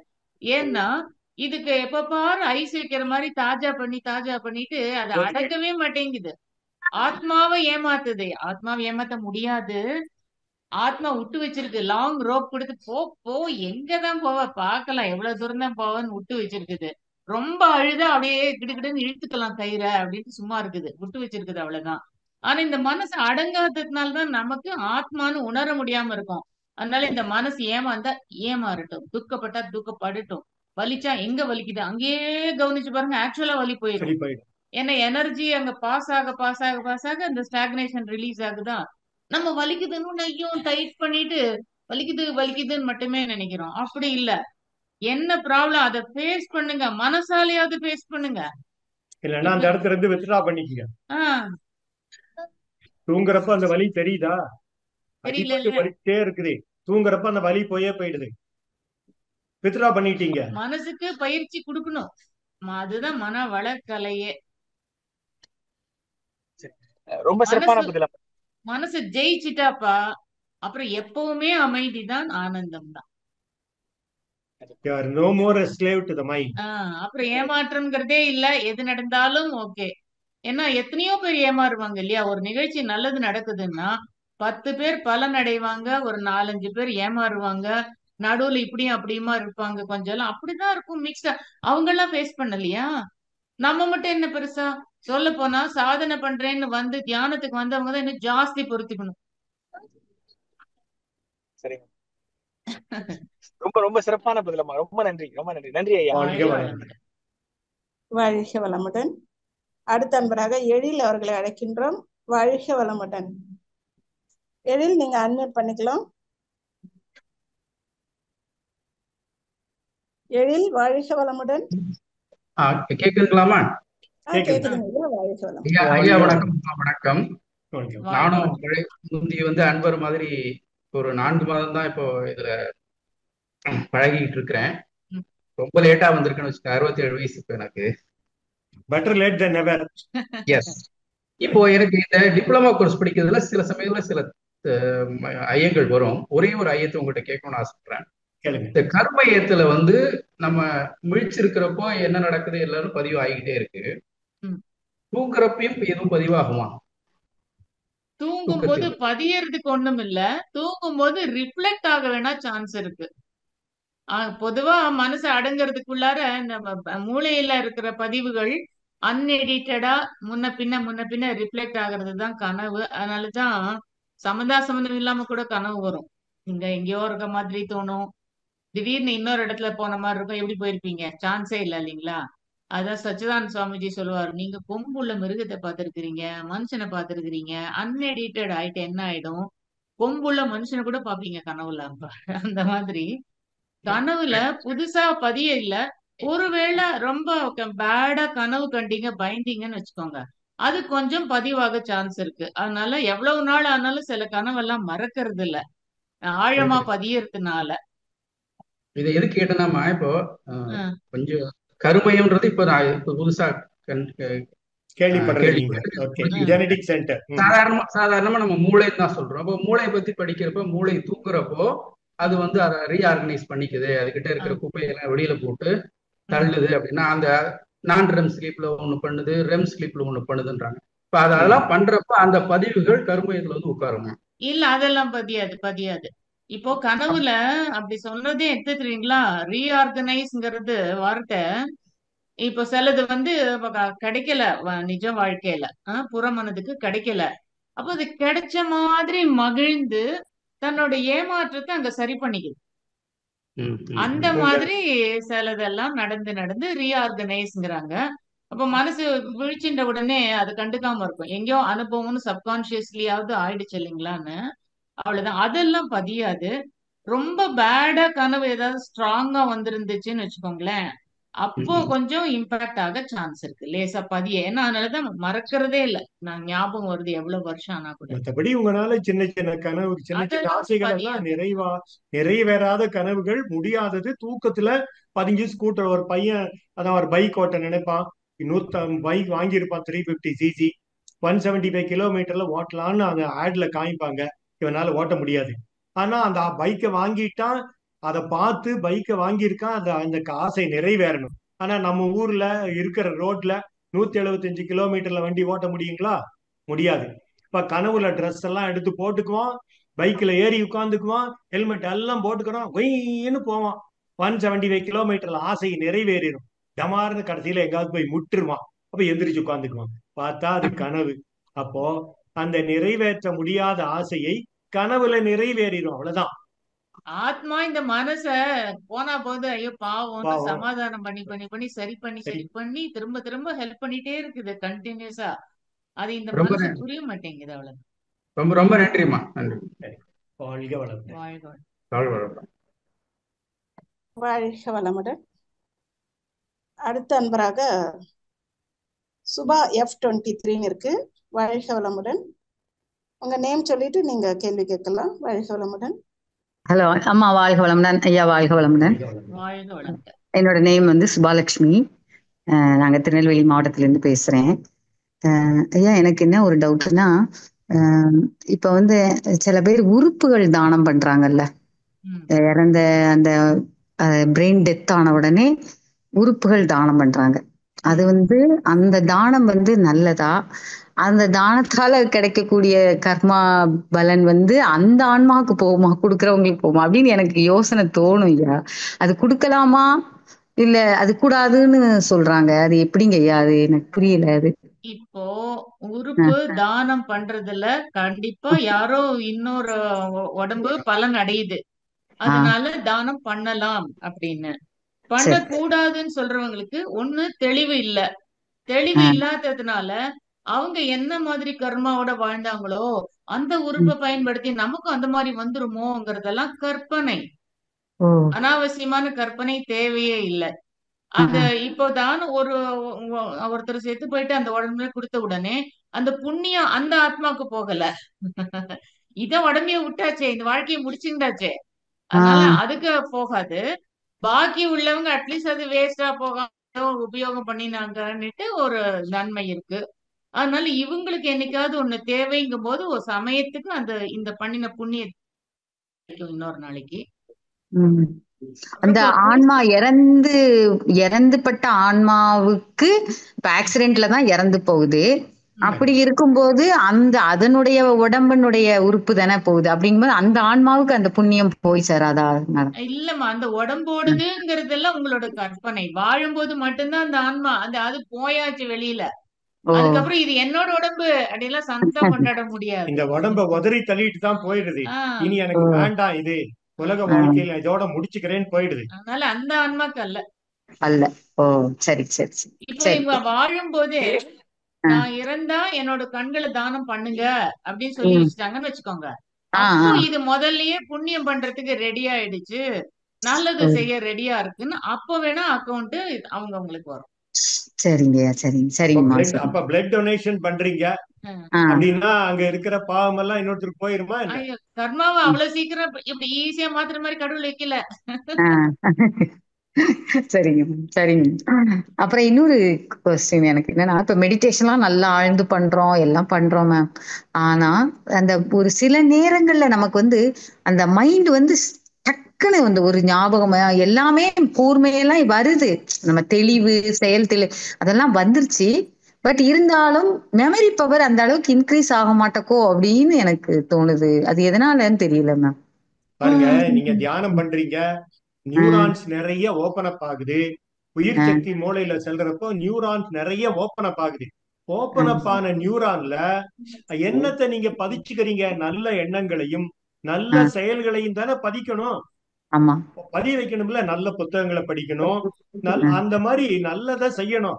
எம்டியா விட்டீங்கன்னா அது எம்டியா தானே இருக்கும். அது அந்த மாதிரிதான் நான் சொல்ல நினைச்சிருக்கேன். எம்டி. நம்ம ஃபியூச்சர்ல உனக்கு how you want to make use of this practice, how you want to proceed, அதை யோசிச்சுக்கோ. அப்ப இனிமேல் நான் ஞாபகமா இருப்பேன். இனிமேல் ஒரு நாளைக்கு 3 தடவை தியானம் பண்ணுவேன், இந்த மாதிரி சீர பண்ணிக்குவேன் அப்படின்னு எல்லாம் நீ if you put your effort father, அப்போ என்ன ஆகுது, உள்ள இருந்து கைடன்ஸ் வரும். அந்த இடத்துல புதிய இடத்துல பதியும். ஏன்னா இப்ப நியூ இயர் ரெசல்யூஷன்ங்கிறாங்க. புது செல்களே பதியவே ஆக்டிவேட்டே ஆகல. இருக்கிற செல்கள் எல்லாம் ப்ரீ ஆக்குபை ஆகி கிடக்கு. ஆசையும் கோபமும் அது இது ஏமாற்றமும் எல்லாம் ரெக்கார்ட் ஆயிடுச்சு. So no new cell is there to record the new year resolution. அப்ப என்ன ஆயிடுச்சு, ஒரே ஒரு நாள் தான் ஏந்திரிக்கிறாங்க. 2ஆம் நாள் ஓகே கஷ்டப்பட்டு, 3ஆம் நாள் மறந்தே விடுறாங்க. அப்புறம் ஐயோ நம்மளால முடியாதுப்பான்றாங்க. ஏன்னா புதுசா ஒரு செல்லுல அது பதியல. நம்ம தியானம் பண்ணி பண்ணி பண்ணி செல்ஃப்ல ஆக்டிவேட் ஆகும்போது நீ அந்த ஹார்ட் டிஸ்க யூஸ் பண்ணிக்கணும். அப்படி பண்ணிக்கும் போது அது கண்டிப்பா ஒரு இடத்துல பதிஞ்சு உனக்கு ஞாபகப்படுத்தி எல்லாம் ஹெல்ப் கிடைக்கும். தியானம் பண்றதுங்கிறது புது ஹார்ட் டிஸ்க் கெப்பாசிட்டிய இப்போ வாங்கி வைக்கிற மாதிரி. அதுல நீ போட்டாதானே அதுல விளைவு வரும். நானும் என்ன பண்ணுவேன், பகல் நேரத்துல எல்லாம் ஒரு நாளைக்கு 4-5 வாட்டி தியானம் பண்ணுவேன். எத்தனையோ வருஷமா அப்படித்தான். ஆனா பகல்ல சமைக்கும் போதெல்லாம் எந்த நேரமும் ஒரு நல்ல பாடல்கள் ஏதாவது கேட்டுட்டே இருப்பேன். அது மாதிரி அருணாச்சல இதுல அக்ஷர மணமாலைன்னு 108 லைன் வரும். எல்லாம் வரும். அவர் ரமணர் கிரிவலம் வரும்போது ஸ்பான்டேனியஸா வந்தது. இவங்க பின்னாலேயே போய் எழுதிக்கிட்டு அவர்கிட்ட கேட்டு கன்ஃபார்ம் பண்ணி சரியா வச்சது. அப்ப அது என்ன ஆகும், இப்படி போக போக நான் என்னைக்கு தியானத்துல அப்படின்னு போறேன், உடனே ஒரு நாளைக்கு ஞாபகத்துக்கு வருது. என்னன்னா சக்தி களம் தாண்டியாச்சு, ஆனா நிக்க மாட்டேங்குது, கொஞ்சம் அப்படியே ஸ்லிப் ஆற மாதிரியே இருக்கு. அப்போ இந்த வரி ஞாபகத்துக்கு வந்தது. ஏன்னா இது பதிஞ்சிருக்கு புது செல்ல. பெயர் நினைத்திடவே பிடித்து இழுத்தனை உன் பெருமையார் அறிவார் அருணாச்சலா. அருணாச்சலான்னு உன் பெயரை நினைச்ச உடனே பிடிச்சு இழுத்துட்டேன். அச்சலம் அருணை அச்சலம். அருணம்னா அருண கலர்னா சிகப்பு கலர். உதிக்கும் போதும் உதயம் இது அஸ்தமன சமயத்திலயும் கடைசியா வருது ரெட். ஃபர்ஸ்ட் வருது ரெட். விப்கயாருங்கிறதுல ரெட் தான் ஃபர்ஸ்ட் பிரியறது கலர். அது மாதிரி அந்த அருணாச்சலம் நினைக்கும் போது நம்ம சக்திகள் இயக்கத்துல இருந்து இயக்கம் கடந்த நிலைக்கு போறோம் இல்லைங்களா? ஆமா அதனால அந்த நிலைக்கு அருணாச்சலான்னு பேர் வச்சிருக்காங்க. ரமணர் எல்லாருமே சொல்றதுதான் அருணாச்சலம். அப்போ அத நினைச்ச உடனே பிடித்து இழுத்தனை. ஓ, சுத்த வெளிய நினைக்கும் போது சுத்தமா நின்றுது. ஓ, ஸ்டில்னஸ் நினைக்கும் போது ஸ்டில் ஆயிருது அப்படிங்கிற ஆயிடுது. பாயிண்ட்டும் புரிஞ்சுது. அந்த சமயத்துக்கு ஞாபகம் வந்துச்சு. அந்த மாதிரி அங்கங்க ஒரு வரிகள் ஞாபகப்படுத்தினது உண்டு. இது நமக்கு ஒரு புஷ் கொடுக்கறது தானே தியானத்துல. அது மாதிரி நீ ஸ்டோர் பண்ணிக்கணும். நல்லத போக்கஸ் பண்ணி இனிமேல் வேண்டாதது வேண்டாம், பழைய பழக்கத்தை மாத்துறதுக்காக எல்லாம் புதுசா நல்லதை படிக்கிறதோ ஏதாவது பண்ணிட்டே இருந்தான்னா அதெல்லாம் பதிஞ்சு உனக்கு சமயத்துக்கு ஞாபகப்படுத்தும். அதுதான் சத்சங்கத்துவே நிசங்கத்துவம். எப்பவும் சத்சங்கத்துல போய் நல்லதையே கேட்டு நல்லதையே பதிஞ்சுக்கிட்டீங்கன்னா தான் அது உங்களுக்கு பிரதிபலிக்கும், ஹெல்ப் பண்ணும். ஓகே ஐயா, நன்றி ஐயா. நன்றி. வாழ்க வளமுடன், வாழ்க வளமுடன், வாழ்க வளமுடன், வாழ்க வளமுடன் அம்மா. வாழ்க வளமுடன் அம்மா. அடுத்த பிரேமலதா பால்ராஜ் அவர்களை அழைக்கின்றோம். வாழ்க வளமுடன்.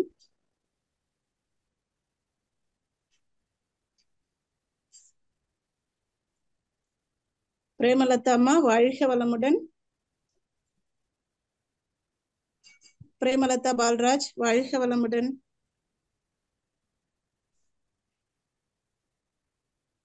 வாழ்க வளமுடன். ஓகே, அடுத்த நண்பராக மாரிமுத்து அவர்களை அழைக்கின்றோம். வாழ்க வளமுடன். மாரிமுத்து எம். வாழ்க வளமுடன். வாழ்க வளமுடன். நம்ம ரொம்ப அருமையான விளக்கம் கொடுத்தீங்க, அருமையா இருந்ததுமா. எனக்கு ஒரு விஷயம் தான், என்ன 4 விஷயம் இருக்கு. அதுல பாத்தீங்கன்னா அந்த எதிர்பார்ப்பு, ஏற்றுக்கொள்ளுதல். இது நம்ம என்னதான் இருந்தா கூடமா அந்த எதிர்பார்ப்பும் அந்த ஏற்றுக்கொள்ளுதல் மட்டும் நம்ம கிட்ட பயிற்சி இருந்தா கூட எதிர்பார்க்காம இருக்க முடியலங்கிறீங்களா? இல்ல, சில விஷயங்களை ஏற்றுக்கொள்ளவும் முடியல. அது காரணம் மனம் ரொம்ப எதிர்பார்த்துருச்சு, இப்படிதான் நடக்கணும் அப்படின்னு எல்லாம் நினைச்சிருச்சு. அதனால ஏமாற்றம். எதிர்பார்ப்புன்னு ஒரு சைடு இருந்தாலேப்பா, ஏமாற்றம்ங்கிறது தான் இன்னொரு சைடு. இப்படிங்கும்போது அதுவும் சேர்ந்து பின்னாடியே வரும். சில பேர் நம்ம மனசை கஷ்டப்படுத்தும் போது அந்த ஏற்றுக்கொள்ளல், இந்த பக்குவம் அந்த விஷயத்துக்கு என்ன தெரியுமா நினைச்சுக்கணும், இப்ப யாரோ உங்களை புண்படுத்திட்டாங்க வார்த்தையால, டக்குன்னு மனசுக்கு ஒரு பிரேக் போட்டு without cause nothing would happen. காரணம் இல்லாமல் எதுவுமே நிகழாது. மேபி எங்க அப்பாவோ தாத்தாவோ யாரையோ ஹர்ட் பண்ணிருக்காங்க, அது இன்னைக்கு இந்த சமயம் பார்த்து எனக்கு வருது அப்படின்னு தத்துவத்தை ஞாபகப்படுத்திட்டீங்கன்னா அதுவே உங்களுக்கு எனர்ஜியும் ஐடியாவையும் சப்ளை பண்ணிடும். ஏன்னா எனர்ஜி கான்சியஸ்னஸ் ஒண்ணுதான், இன்செப்பரபிள் குவாலிட்டிஸ். நம்மளதான் அது மாதிரி சொல்றாங்களே, அந்த ஏற்றுக்கொள் மனப்படம் வர்றதுக்கு நம்ம என்ன பண்றது? வர்றதுக்காக தான் இப்படி தத்துவத்துல தெளியணும். இப்ப ஒண்ணு செய்யுங்க, அதுக்கு ஒரு டெக்னிக் சொல்றேன். ஒரு பேப்பர் எடுத்து எழுதிங்க. ஏற்றுட்டா என்ன நடக்கும், ஏத்துக்கலன்னா என்ன நடக்கும்? ஏத்துக்கலன்னா ரியாக்ட் பண்ணிடுவீங்க. உங்க வாயில இருந்து திரும்பவும் வார்த்தைகள் வந்துடும். சொல்லாத சொல்லுக்கு விலையேதும் இல்லை, விலையேதும் இல்லை. சொல்லாம இருந்துட்டா நிம்மதியா போச்சு. சொல்லிட்டா நறுக்குன்னு உணர்ச்சி வசப்பட்டுட்டா வந்துடும். அதை விட சும்மாவே இருக்கிறலாம், உள்ளேயே முழுங்கிக்கிறது. அப்படி பண்ண இல்ல, நான் ஏற்றுக்கொள்ள நான் சொல்றது, நம்ம என்னதான் இந்த ஆபீஸ்ல ஒரு ஒர்க் பண்ணாலும் சில விஷயம் நம்மள அவங்க ஹேக் பண்ணும்போது, குற்றங்கள் குறைகள் சொல்லும் போது நம்ம எல்லாம் தானே பண்றோம், ஏன் இந்த மாதிரி சொல்லும் போது அது மனசு சரி, இது நம்ம அவங்க ஏதோ சொல்றாங்க அப்படின்னு ஏற்றுக்கொள்ளக்கூடிய அந்த இது வர மாட்டேங்குது சில நேரங்கள். ஆபீஸ் அட்மாஸ்பியர்ல ரொம்ப எல்லாரும் கௌரவமா ஒரு மாதிரி தோணுது. ஆனாப்பா அவங்க உங்களை சொல்லல, அந்த வேலையில இப்படி வேணும் எங்களுக்கு, என்ன இப்படி பண்ணிட்டீங்களேங்கிறாங்க, அவ்வளவுதான். வேலையை தான் சொல்றாங்க தவிர கரெக்ஷன்ஸ் உங்களை சொல்லவே இல்ல. இப்ப ஒரு ப்ராஜெக்ட்ல நீங்க 8 பேர் இருக்கீங்க. அப்போ ஒருத்தர் சொன்னா எல்லாத்தையும் கூப்பிட்டு சொன்னாலே அந்த பாஸோட மதிப்பு மரியாதை போயிடும். அதனால என்ன பண்ணுவாரு, ஏமாளி யார் ஒருத்தன் இருக்கானோ அவனை கூப்பிட்டு திட்டுனா மத்தவங்களுக்கு திட்டின மாதிரி ஆயிடும். ஓ, அப்படிங்களா? அப்படி வச்சுங்க நீங்க. நான்லாம் பாஸா இருக்கிறப்ப ஏமாளியை தான் திட்டுவோம். யூனியன் லீடரை திட்டினா திருப்பியும் சண்டை வந்துடும். அதெல்லாம் ஏமாளியா இருக்கிறவனை பார்த்து அவனை திட்டுறப்போ யூனியன் லீடருக்கும் கொஞ்சம் வரைக்கும். இப்போ இல்ல பெரியவங்க அது கிட்ட நல்லதுன்னு சொல்லும்போது நினைக்கிறீங்களா எப்படிங்கம்மா? எது இது வந்து இந்த மாதிரி எடுத்துக்கிறதுங்கிறது நல்ல விஷயம் அப்படின்னு சொல்ல வரீங்களான்னு? இது நல்ல ஆமா விஷயம் ஆமா தான். ஆமா ஆமா கண்டிப்பா. ஆமா அப்பதான் உங்க மனம் அமைதியா நடங்கும். அப்பா எனக்கு என்ன மூலியமா மத்தவங்களுக்கு ஒரு மெசேஜ் சொல்லியிருக்காங்கன்னு வச்சுக்கோங்க. நீங்க கோவிச்சுட்டீங்க, ரியாக்ட் பண்ணினீங்கன்னா இந்த வேலையை விட்டுருவீங்க. ஒரு 3-4 வாட்டி பொறுத்துக்குவீங்க, அப்புறம் வேலையை விட்டுருவீங்க. அதனால ப்ராப்ளம் ஒன்றும் சால்வ் ஆக போறது இல்ல. உங்க குணமும் மாற போறது இல்ல. உங்க குணத்துக்கு தகுந்த மாதிரி திரும்ப அதே மாதிரி சூழ்நிலையிலே போய் மாட்டிக்குவீங்க இன்னொரு ஆபீஸ்ல. அந்த ரெண்டாவது பதிவும் உங்களுக்கு இருந்து நம்மள வெளியேறதுல. திருத்திக்கிறதுக்கு இது ஒரு உள்ள சான்ஸாவும் இருக்கும். மாட்டிட்டீங்கன்னா இந்த மாதிரி மீண்டும் நடக்காது.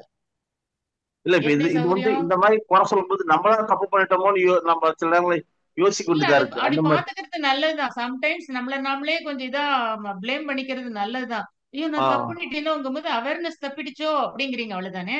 ஆமா ஆமா அவேர்னஸோட இருக்க முயற்சிக்கிறீங்க உண்மையா, அவ்வளவுதானே. ஆமா அவேர்னஸோட ஆமா. இருக்க முடிஞ்சுடும், அவ்வளவுதான். போக போக எனக்கு ரொம்ப எல்லாரும் அவங்க வேலையை செய்யாம மத்தவங்க என்ன ஒண்ணு வந்துட்டா இவருதான் அது காரணம் நம்ம தலைமையில கட்டுற மாதிரியே ஒரு ஃபீல் ஆகுது. அந்த மாதிரி ஸ்டார்ட் பண்ற மாதிரி பேசுறாங்களே, அது வந்து அந்த ஏற்றுக்கொள் தன்மையை நம்ம எப்படி எடுத்துக்கிறது தான் இப்ப எனக்கு ஒரு இது. அதை எப்படி நம்ம பாசிட்டிவா மாத்துறது, எப்படி நம்ம அது வந்து கடந்து அதான் ஐயா போறதுங்கிறது சொன்ன தான் இருக்கு. மாதிரி அப்படி எடுத்துக்கோங்க. ஒண்ணு சரி. இன்னொன்னு, நீங்க ஒரு கம்பெனில வேலை செய்யறீங்க, ஒரு 10 பேருக்கு இந்த மெசேஜ் போய் சேர்றதுக்காக சொல்லியிருக்காங்க. ஒண்ணு, இதுக்கு முன்னாடி உங்க மனநிலை அந்த கம்பெனியை பத்தி எப்படி இருந்துச்சு? இந்த ஏமாத்து கம்பெனில போய் சேர்ந்துட்டோமோ, என்கிட்ட நிறைய வேலை வாங்கிட்டு கம்மியா சம்பளம் தராங்களோ அப்படின்னு உங்க எண்ணம் மனநிலை எப்படி இருந்துச்சு அந்த கம்பெனில இருக்கிறப்போ? அப்படியும் இருக்கலாம். இல்லைன்னா இந்த ஆமா பாஸ் இப்ப அப்படிதான் யாரு இருக்கு. திட்டினாங்களோ ஆ, அவங்கள பத்தி நீங்க ஐயோ அந்த ஆள் ரொம்ப திட்டு வராமா, ஐயோ எல்லாரும் சொல்றாங்க திட்டு வராமான்னு ஒப்பீனியன் வச்சுட்டு இருந்தா உங்களோட அந்த ஒப்பீனியனே அவர்கிட்ட ரிஃப்ளெக்ட் ஆகி திட்ட திருப்பி வச்சிரும். உங்களுக்கு வரும். அதனால நீங்க அதெல்லாம் மறப்போம், மன்னிப்போம், forgive and forget அப்படிதான் அப்படின்னு பண்ணிட்டே இருக்கணும். அப்படின்னு வச்சிருந்தீங்கன்னா தான் அது இருந்து விடப்பட முடியும். நான் சொன்னேன், எனக்கு திருப்பி கிடைக்குது, now I love the company அப்படின்னு உங்களோட மனத்தை மாத்திக்கிற வரைக்கும் இந்த நிலைமை தொடரும். மாத்திட்டீங்கன்னா அது மறந்து போயிடும், சரியா மறைந்து போயிடும். போயிடும். ம். சரிங்க. ரொம்ப அருமையான விளக்கம். எனக்கு ஒரு தெளிவான விளக்கம் கிடைச்சது. நான் இது சொன்ன மாதிரி இதை ட்ரை பண்றேங்க ஐயா. கண்டிப்பா இந்த கண்டிப்பா மாதிரி பண்ணுங்க பண்ணுங்க, நடக்கும். வாழ்த்துங்க எல்லாத்தையும். உங்க பாஸ் கம்பெனி எல்லாத்தையும் வாழ்த்துங்க. ஆமா, எந்த சரிங்க. எந்த கம்பெனி போகும்போதே வாழ்த்திக்கிட்டே போங்க. ஆபீஸ் போகும்போதே அங்க போன உடனேவும் வாழ்த்துங்க. எல்லாம் அருள் பேராற்றல் அலையலையாக பாயிண்ட் நிரம்பட்டோம்னா எனர்ஜைஸ் பண்ணுங்க. இப்படி எல்லாம் பண்ண சரிங்க. பண்ண பண்ண உங்களுக்கு ஒரு அட்யூன்மெண்ட் வந்துரும். அவர் வராருங்கும் போதே ஓ நேத்துக்கே சொன்னாரேன்னு உடனே எடுத்து வச்சுக்குவீங்க. அண்ட் இடிக்காம பாத்துக்குவீங்க, ஃபிரிக்ஷன் இல்லாம பாத்துக்குவீங்க. கண்டிப்பா கண்டிப்பா கண்டிப்பா புது முயற்சி ஒண்ணு எடுக்கலாம். கண்டிப்பா பண்ணுங்க. அருமையான விளக்கம். ஆமா. வாழ்த்துவோம். Very good. வாழ்க வளமுடன். வாழ்க வளமுடன். அடுத்த அன்பராக லக்ஷ்மணன் காந்திமதி. வாழ்க வளமுடன். லக்ஷ்மணன் வாழ்க வளமுடன். அம்மா வாழ்க வளமுடன். ஐயா வாழ்க வளமுடன் ஐயா. அம்மா வாழ்க வளமுடன் ஐயா. கேள்வி பதில் நிகழ்ச்சி ரொம்ப சிறப்பா இருக்குமா அப்பா.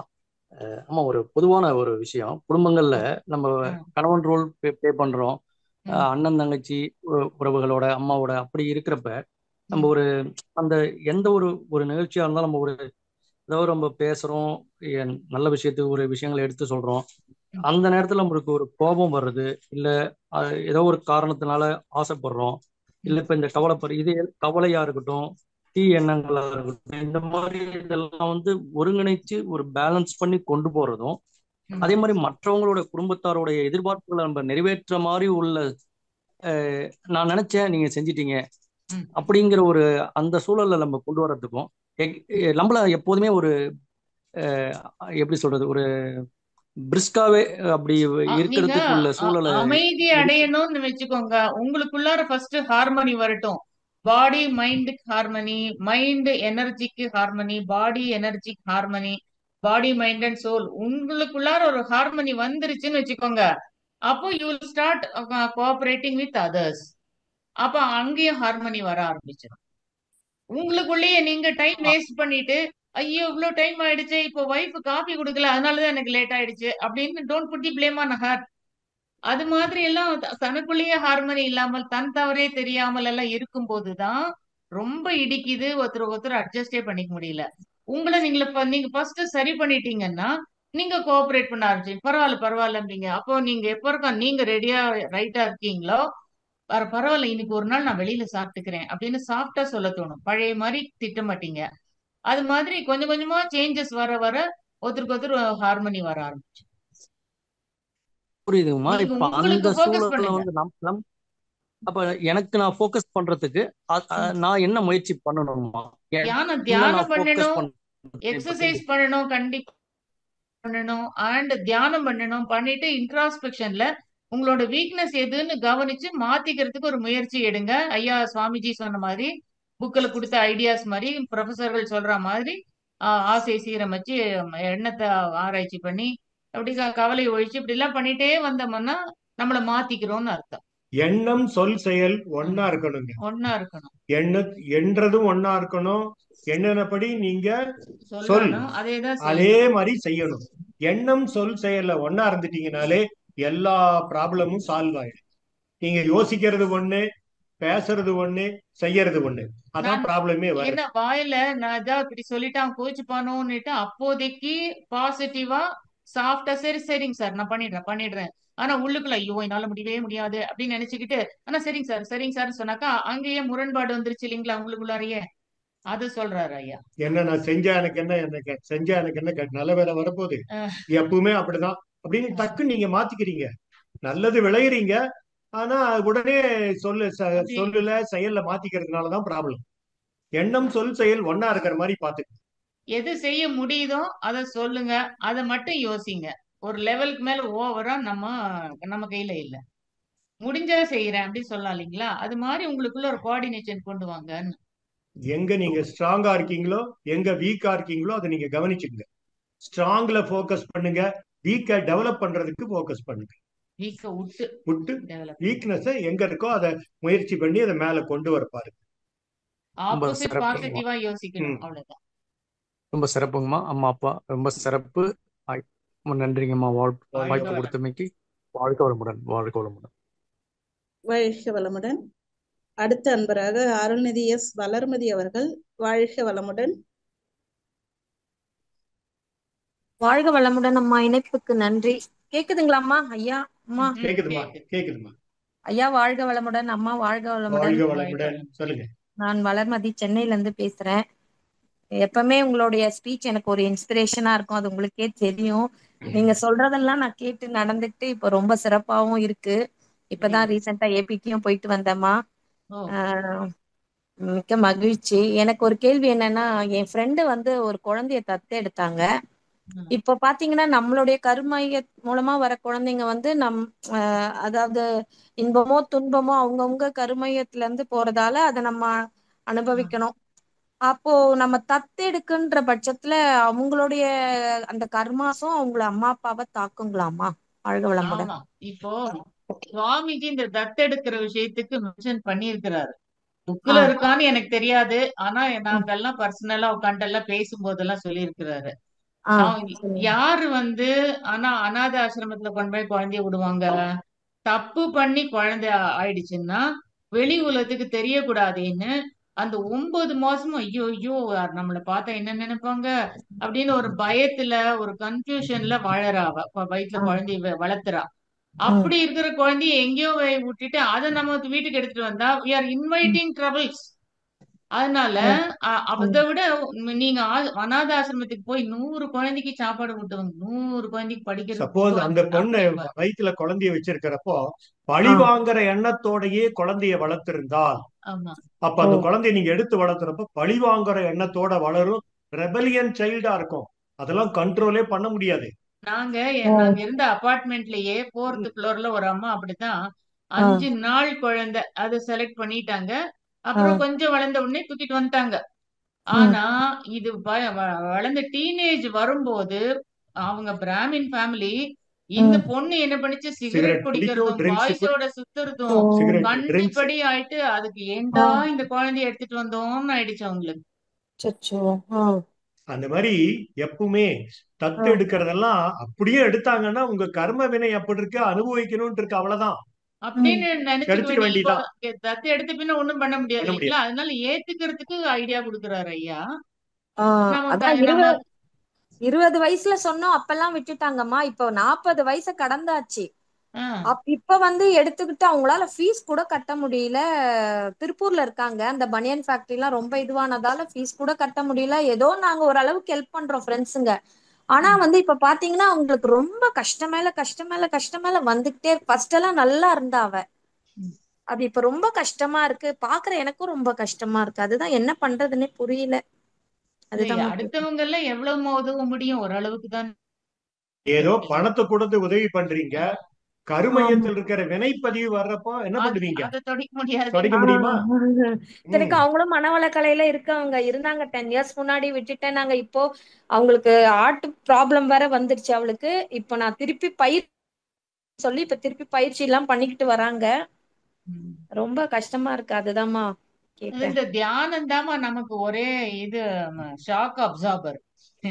தியானம் ரெகுலரா தியானம் பண்ணி பண்ணி இந்த சுத்த வெளியோட கலந்து கலந்து எண்ணமற்ற நிலைக்கு போயிட்டு போயிட்டு வந்தோம்னா அதுதான் எவ்வளவு பெரிய கஷ்டத்தையும் தாங்கிக்கிற சக்தி கொடுக்கும், மாத்திக்கிற புத்தி கொடுக்கும். சரிங்கம்மா, சிறப்பாம்மா. தத்து எடுக்கிறது எல்லாமே வினைப்பதிவு தான். பேசாம கடவுள் நமக்கு குழந்தைய கொடுக்கல, ஃப்ரீயா நம்ம வந்து தியானம் பண்ணி இறைநிலை உணர்றதுக்கான வாய்ப்புன்னு புரியாம திருப்பி போய் எடுக்கிறதெல்லாம் வினைப்பதிவு தான் காரணம். இன்னொன்னு சொல்றேன் உங்களுக்கு, இயற்கையோட ஆங்கிள். இப்போ ஒருத்தர் குழந்தை இல்லைன்னா அவங்களுக்கு இந்த கிரகங்கள் விஷயத்துல சுவாமிஜி இன்ஃபுளுன்ஸ் பண்ணும் உடலையும் மனதையும். அதுக்காக இந்த மாதிரி நமக்கு உணர்ச்சிகள் வரும்னு சொல்லியிருக்காரு. அதுல இருந்து ஓவர் கம் தான் பஞ்சபூத நவகரத்துவமே சொல்லி கொடுத்தாரு. அது இன்ஃபுளுன்ஸ் பண்ணுங்கும் போது எங்கேயோ குருவோட இது புத்திரகாரகன், தனகாரகன் அண்ட் புத்திரகாரகன் குரு தான். அப்போ அது நமக்கு சரியா 5ஆம் வீடு சரியா அமையாம குருவும் எங்கேயோ உட்காந்து ஏதாவது ஒண்ணு ஆயிடுச்சுன்னா ஏதோ ஒண்ணுதான் கிடைக்கும். ஒன்னா தனம் இல்லைன்னா புத்திரன். தனம் இல்ல எனக்கு குழந்தை வேணும் வேணும்னு எடுத்தா அப்போ அதனால வர ப்ராப்ளத்தை சந்திக்க வேண்டி வரும். ரொம்ப போராடி மகான்கள் கிட்ட போய் அவங்க பவரால இப்ப அந்த குழந்தை வேணும்னு அவங்க என்ன பண்ணுவாங்க, அடுத்த பிறவியில இருக்கிறவங்க புண்ணியத்தை இப்ப கொடுத்து குழந்தைய கொடுத்துருவாங்க. ஆனா அங்க போய் அப்புறமா கஷ்டப்பட வேண்டி வரும். ஒண்ணு. இப்போ வந்து குழந்தை வந்துடும், குழந்தை பிறந்ததுல இருந்து பணம் இல்லாம ஆயிடும். அதுதான் நீங்க அதனால இப்ப மன்றத்துக்கு வர சில பேருக்கெல்லாம் புதுசா கல்யாணம் குழந்தை இல்லாமங்க. நான் இந்த தைரியமா இதை சொல்லி வச்சிடுறது. அதனால போராடாதே. பணம் இல்லாம வாழவே முடியாது, குழந்தை இல்லாம வாழலாம். எல்லாரும் குழந்தைங்க சர்வீஸ் பண்ணுங்க வாங்க மன்றத்துக்கு. அந்த குழந்தைய மட்டும் யாரும் தத்தெடுக்கிறதுக்கு மட்டும் நாங்க சஜஸ்டே பண்ண மாட்டோம், பரவாயில்லன்னே சொல்ல மாட்டோம். உங்க இஷ்டம், எங்களுக்கு தெரியாது, நாங்க சொல்ல ஒத்துக்க மாட்டோம். இதுதாங்க இறைவனுடைய படைப்பை தாண்டி கொடுப்பினை தாண்டி நம்ம முனைப்பால செயல்படுறப்ப இன்வைட் ட்ரபிள். சரிங்க ஐயா, சரிங்க. மிக சிறப்பு, மிக்க நன்றிமா. பரவாயில்ல, அவங்களோடதெல்லாம் தலையில தூக்கி வச்சுட்டு நீங்க உங்க தியானம் வராம உங்களுக்கு டிஸ்டர்ப் ஆயிட போறது. இல்லம்மா, இல்ல அது யார் யாருக்கு வேணுமோ எல்லாருக்கும் கடவுள் உதவுவான், பாத்துக்குவான்ட்டு விட்டுருங்க. பாருங்க, படைத்தவன் இருப்பான், பார்த்து கொள்வான், பயணத்தை தொடர்ந்து விடு பண்ணுவாங்க. அது அந்த குழந்தைக்கும் நல்லதா இருக்கும், ஏதோ ஒரு வழியில உதவி கிடைக்கும், ஏதோ ஒரு ஸ்கூல்ல சேர்த்துவாங்க, டெம்பரரியா இருக்கும், அப்புறம் ஏதோ ஒரு வேலை செஞ்சு பழிச்சுக்கும். கண்டிப்பா மரத்தை வச்சவன் தண்ணி ஊத்துவான்ற மாதிரிதான் எடுத்துட்டாங்க. அந்த குழந்தைய விடவும் முடியாது. ஏன்னா அது இதுவா இருந்த குழந்தை ஆர்பனேஜ்ல, இவங்களுக்கு அவனுக்கு ஒரு அப்பா அம்மா கிடைச்சிருக்கு. அது அவன் செஞ்ச புண்ணியம். ஆனா வந்ததுக்கு அப்புறம் இப்படி கஷ்டப்படுறது ஏத்துக்கிட்டு தான் ஆகணும். மனசு இந்த நிலைமையும் மாறும்னு நீங்களும் நினைச்சுங்க, அவங்களுக்கும் சொல்லிடுங்க. வாழ்த்துறேம்மா, நான் வாழ்த்தின்னு தான் இருக்கேன் தவத்துல. நன்றி. இப்ப இதே மாதிரி இருக்காதுங்க. இன்னொரு 10 வருஷம் கழிச்சு பாத்தீங்கன்னா குழந்தை ஒரு ஸ்கூல்ல போய் படிச்சு நல்லா ஆயிரும். கண்டிப்பா 4th படிக்கிறாரு அவர் இப்போ. சரிங்க ஐயா, மிக்க நன்றிமா. நன்றி. வளமுடன், வாழ்க வளமுடன் அம்மா. வாழ்க வளமுடன். அடுத்து மீண்டும் கவிதா கோவிந்தராஜன் அவர்களுக்கு வாய்ப்பு அளிக்கிறோம். வாழ்க வளமுடன். கவிதா அம்மா, நீங்க பேசுங்க. உங்களுக்கு இப்ப சிக்னல் சரியா இருக்கா பாருங்க. அன்மியூட் கொடுத்துருக்கோம். கவிதா அம்மா, வாழ்க வளமுடன்.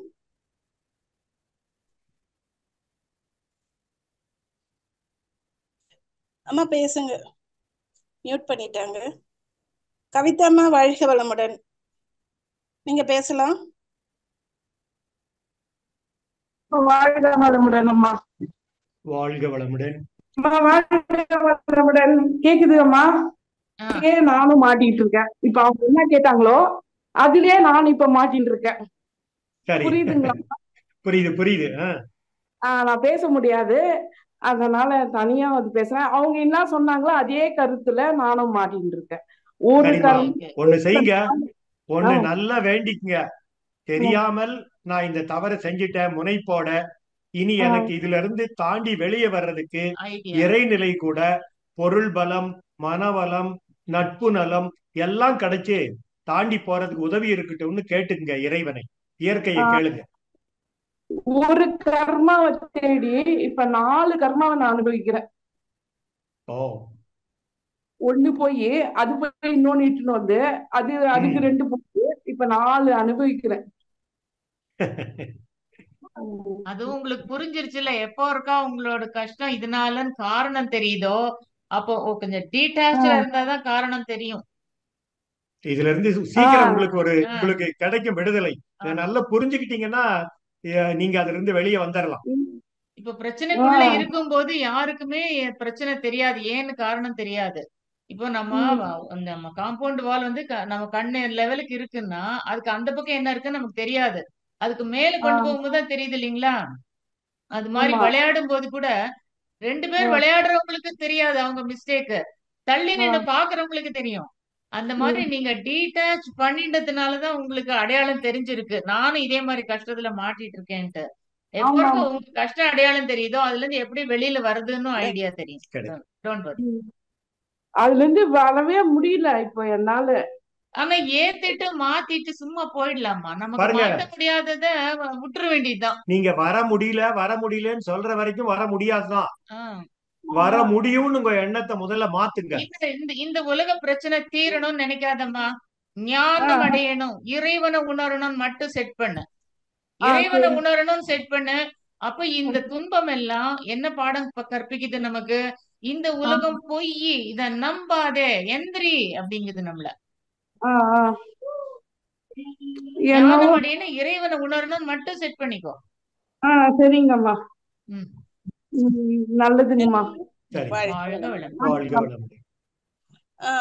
ஐயா, இன்னும் ஒரு 2-3 பேர் இருக்காங்க, பரவாயில்லைங்களா ஐயா?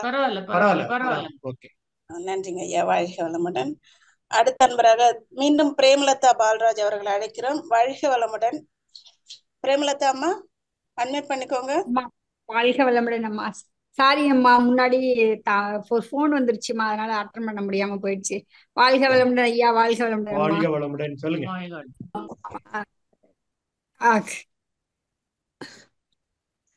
ஐயா. நான் அம்மா, எனக்கு 50 வயசு ஆகுதம்மா. சிவராத்திரிக்கு கோயிலுக்கு போனாங்கம்மா. அதுக்குன்னு என் ஹஸ்பண்ட் வந்து கோயிலுக்கா போக கூடாது அப்படி இப்படின்னு தப்பா 2 நாளா அப்பையில இருந்து சொல்லிட்டு இருந்தாரு. வீடு சென்னையில வாடகை வீட்டுல இருக்கிறேம்மா. வேற முந்தா நாள் என் பொண்ணு, சின்ன பொண்ணு, எனக்கு 2 பொண்ணுங்கம்மா, சின்ன பொண்ணு.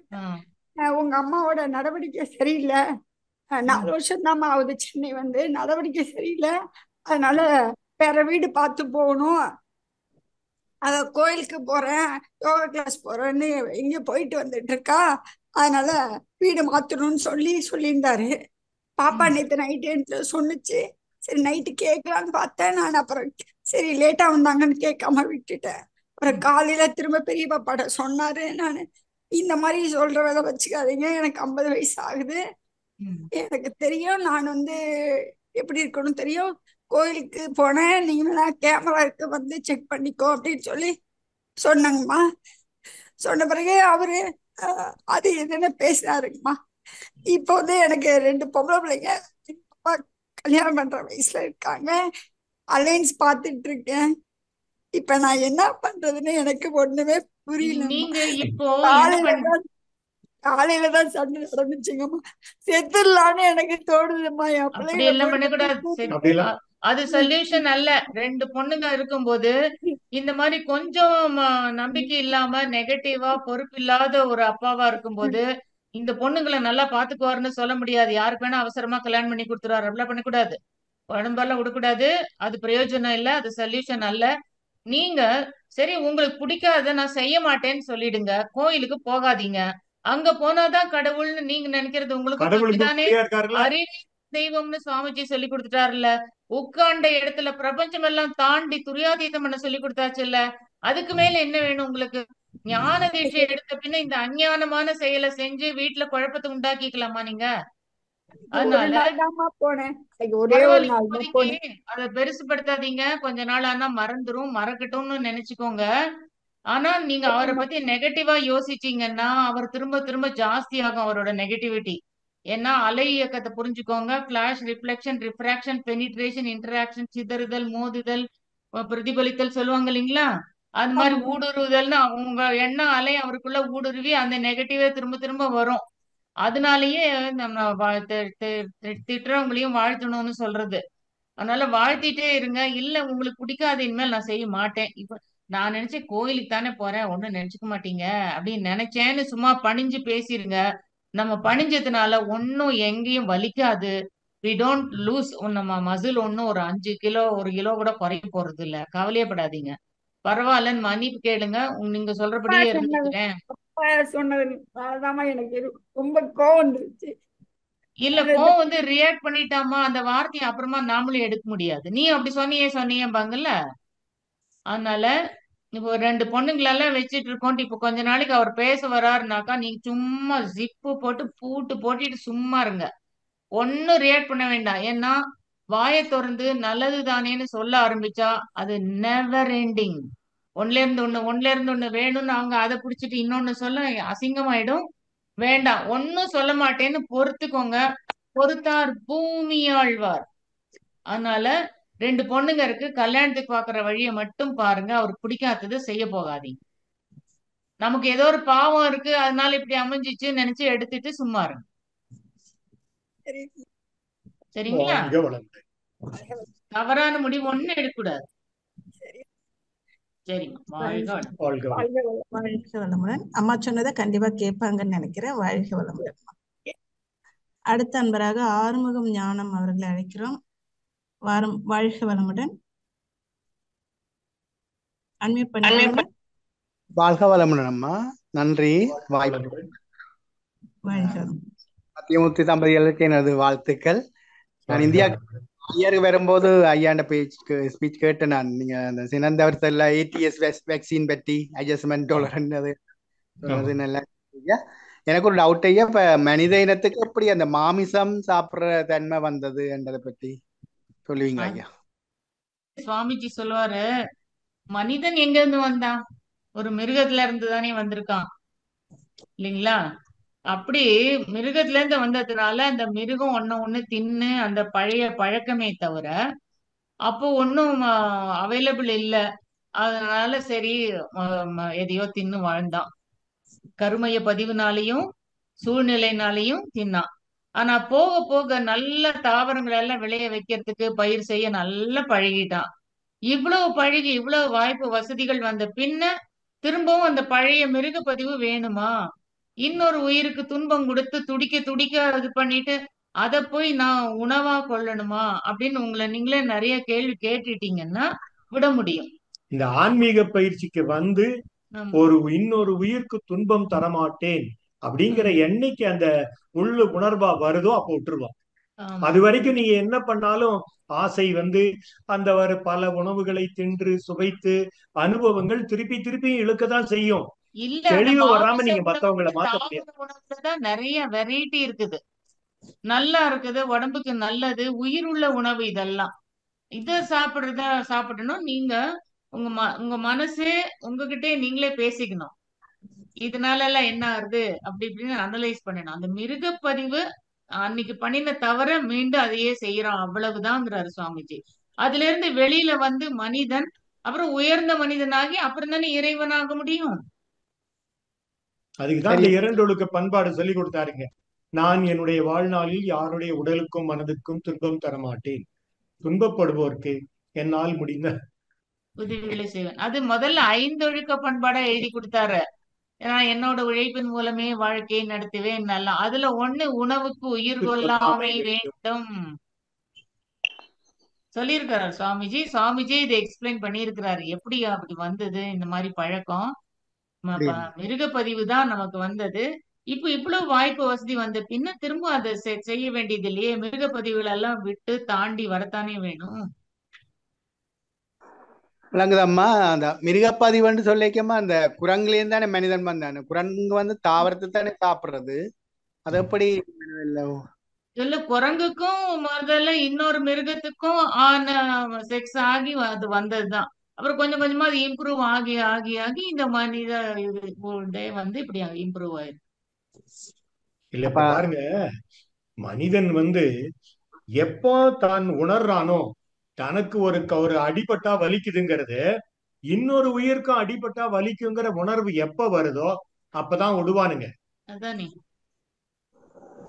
சரிம்மா, இது ஒரு ஆராய்ச்சி எடுத்தால் இன்னொரு உயிரினம் சீரைக்கு அந்த அது இனம் பெருக்காதானம்மா. இப்ப கோவேறு கழுதை அந்த குதிரையும் கழுதையும் சேர்ந்து வாரது இனம் பெருக்காத இடத்துல பெரிய 150 கோடிகளுக்கு மக்களுக்கு மேல வந்திருக்கிறது தானே. ஆனாலும் இப்போ நமக்குள்ளார மிருகம் இப்போ குரங்கு தாவர உணவை தான் சாப்பிடுது. இருந்தாலும் அந்த சின்னதுல இருந்து ஒரு உயிரா இருந்ததுல இருந்து வந்து அத்தனை பதிவுகளும் இருக்குன்னு தானே சொல்றாரு சுவாமிஜி. சூழ்நிலைக்கு தகுந்த மாதிரி அது வெளிப்படுது, அவ்வளவுதான். சிலது வெளிப்படுது, சிலது வெளிப்படாம அடங்கி அமுங்கி இருக்கு, அவ்வளவு. மிருக பதிவு எல்லாருக்குள்ளாரையும் இருக்குது. அந்த குரங்கே பாருங்க, சில சமயத்துல எந்த உணவும் கிடைக்காதப்போ இன்னும் ஒரு மாமிச உணவையும் சாப்பிடுறத பாக்குறோம் நம்ம. இல்ல, சில காடுகள்ல குரங்குங்களே ஒண்ணுக்கு ஒண்ணு இதாயிட்டு இந்த கனிபல்ஸ்னு சொல்லுவாங்களே, மனுஷனை திங்கிறது, அந்த மாதிரி குரங்குகள் அப்படிலாம் பண்ணிக்குதுங்க. சிலதெல்லாம் பார்த்திருக்கிறேன் வீடியோல. ஆனா 6 அறிவு படைத்த மனிதன் பிற உயிருக்கு துன்பம் தரமாட்டேங்கிற உணர்வு எப்ப வருதோ அப்பதாங்க மாறுவாங்க. இப்ப குரங்கு வந்து தாவர உணவு உண்டுதே, ஏன் நமக்கு வந்ததுன்னு மட்டும் யோசனை வந்தா எப்படிப்பா? இந்த உணவு உண்ணணும்னா மாமிச உணவுன்னா அதுக்கு எவ்வளவு துன்பம், ரத்தம் சொட்ட சொட்ட வலிக்க வலிக்க துடிக்க துடிக்க அது கத்த கத்த பண்ணிட்டு, அப்புறம் அதை கழுவ அத்தனை தண்ணியை வேஸ்ட் பண்ணிட்டு, இந்த நாத்தம் தெரியாம இருக்கிறதுக்காக அத்தனை மசாலாவை போட்டு அப்படியாவது சாப்பிடணுமா அப்படின்னு ஒரு கேள்வி கேட்டுக்கணும். எப்ப தூக்கத்துல இருந்து எழுந்திருக்கிறது? எல்லாரும் அரை தூக்கத்திலேயே இருந்துட்டு செஞ்ச தப்பையே செஞ்சுட்டு இருந்தா வந்த கஷ்டமே வந்துட்டு இருக்கும், வந்த வியாதியே தான் வந்துட்டு இருக்கும். ஏந்திருக்கணும் தூக்கத்துல இருந்து. உங்களை மாத்திக்கங்க முதல்ல. நான் இதை விட்டுருவேன். அடுத்தவங்களை பாக்காதீங்க, உங்களை மாத்திக்கிற வழியை. அப்ப தான் எப்ப ஒரு தனி மனிதன் மாற்றம் வருதோ அப்படியே சமுதாயத்துல மாற்றம் வர ஆரம்பிச்சிடும். குடும்பத்துல மாற்றம் வரும். அப்படியே வந்து வந்து சரியா பாருங்க, ஒரு கேஜி ஒரு ரைஸோ ஒரு பல்ஸோ ஒரு புரோட்டீன் இருக்கிறத விளைவிக்கிறதுனா ஒரு 1000 லிட்டர் தண்ணீர், 1500 லிட்டர் தண்ணி இருந்தா போதும். அதுவே 1 கிலோ ஒரு ரெட் மீட் பண்றதுக்கு 16,000 10 டைம்ஸ் தண்ணி வேண்டி இருக்கு. பாருங்க, இயற்கையில நான் வெஜிடேரியன் சாப்பிடுறப்ப 1000 16,000, 1600 16,000 அப்படி ஒரு கணக்கு சொல்றாங்க. அப்படி பாத்தீங்கன்னா ஒரு 10 மடங்கு நம்ம வந்து தண்ணிய நான் வெஜிடேரியன் சாப்பிடுறவங்க இயற்கையில பாட்டபிள் வாட்டரை 10 டைம்ஸ் யூஸ் பண்றாங்க. அதுவே ஒரு பெரிய தவறு தான், இயற்கைக்கு முரணா செய்யறது தான். அதனால அதனோட விளைவுகளை மனிதன், அதுதான் இன்னைக்கு வியாதி வர்றது, நிறைய ப்ராப்ளம் எல்லாம் வர்றது, உடல்ல நோயா வர்றது. இன்னைக்கு வந்து highest problem cancer, cardiovascular diseases, cancer இதெல்லாம் வர்றதுக்கு யாருக்கு வருதுன்னு கண்டுபிடிச்சிருக்காங்க. ஒன் ஆஃப் த பிக்கஸ்ட் இன்ஸ்டிடியூட்ல என்ன கண்டுபிடிச்சிருக்காங்கன்னா, ரிசர்ச் இன்ஸ்டிடியூட்ல ரெட் மீட் சாப்பிட்றவங்களுக்கு தான் அதிகமாகுதுன்னு கண்டுபிடிக்கிறாங்க. அப்போ காலத்தால இது வர வர மாற்றங்கள் வந்துடும். நம்மளை மாற்றுறதுக்கு முயற்சி பண்ணணும். அதான் முதல். முக்கியமாக நான் கேட்ட கருத்து வந்து அந்த சின்ன டாபிக் படி அவர் கருத்து அந்த ஒரு சிங்கமும் குரங்கும் சேர்ந்து மனித உணவு உருவாகியது. அப்புறம் அது இயற்கைக்கு முரணாக இனம் பெருக்கி மனிதன உருவாகி என்ற அவர் ஒரு புத்தகத்துல சொல்றார். அதை பற்றி கேட்க இருந்தது. அது எப்படி கூட விஞ்ஞான ஆராய்ச்சியின் படி முரண் அல்ல, இயற்கை எங்கேயோ ஒண்ணு கொஞ்சம் மாற்றத்தை கொண்டு வருது, நேச்சரே கொண்டு வருது. அடிதி மாற்றம், மியூட்டேஷன். சரி அம்மா. ஐயா நன்றி ஐயா. வாழ்க வளமுடன். இறுதியாக பவித்ரா, வாழ்க வளமுடன். பவித்ரா, நீங்க பேசலாம். வாழ்க வளமுடன் நெல்லியம்மா, வாய்ப்புக்கு நன்றி. சத்யமூர்த்தி ஐயா, மீனம்மா, வாழ்க வளமுடன். மிகவும் அருமையான கருத்துக்கள், வாழ்க வளமுடன். அனைவருக்கும் பயனுள்ளதாக இருந்தது ஐயா. அம்மா வாழ்க வளமுடன்.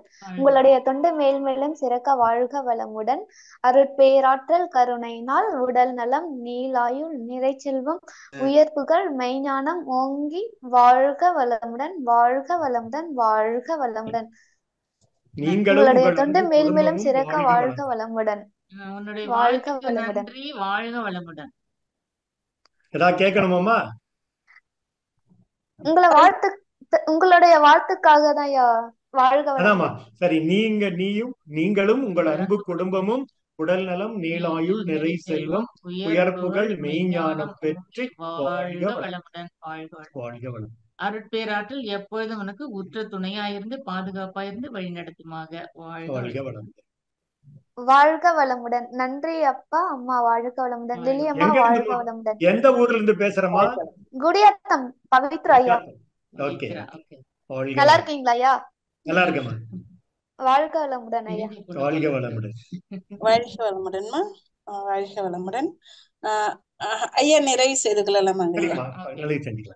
நம் கடமை அறவாழ்வின் நாட்டற்கு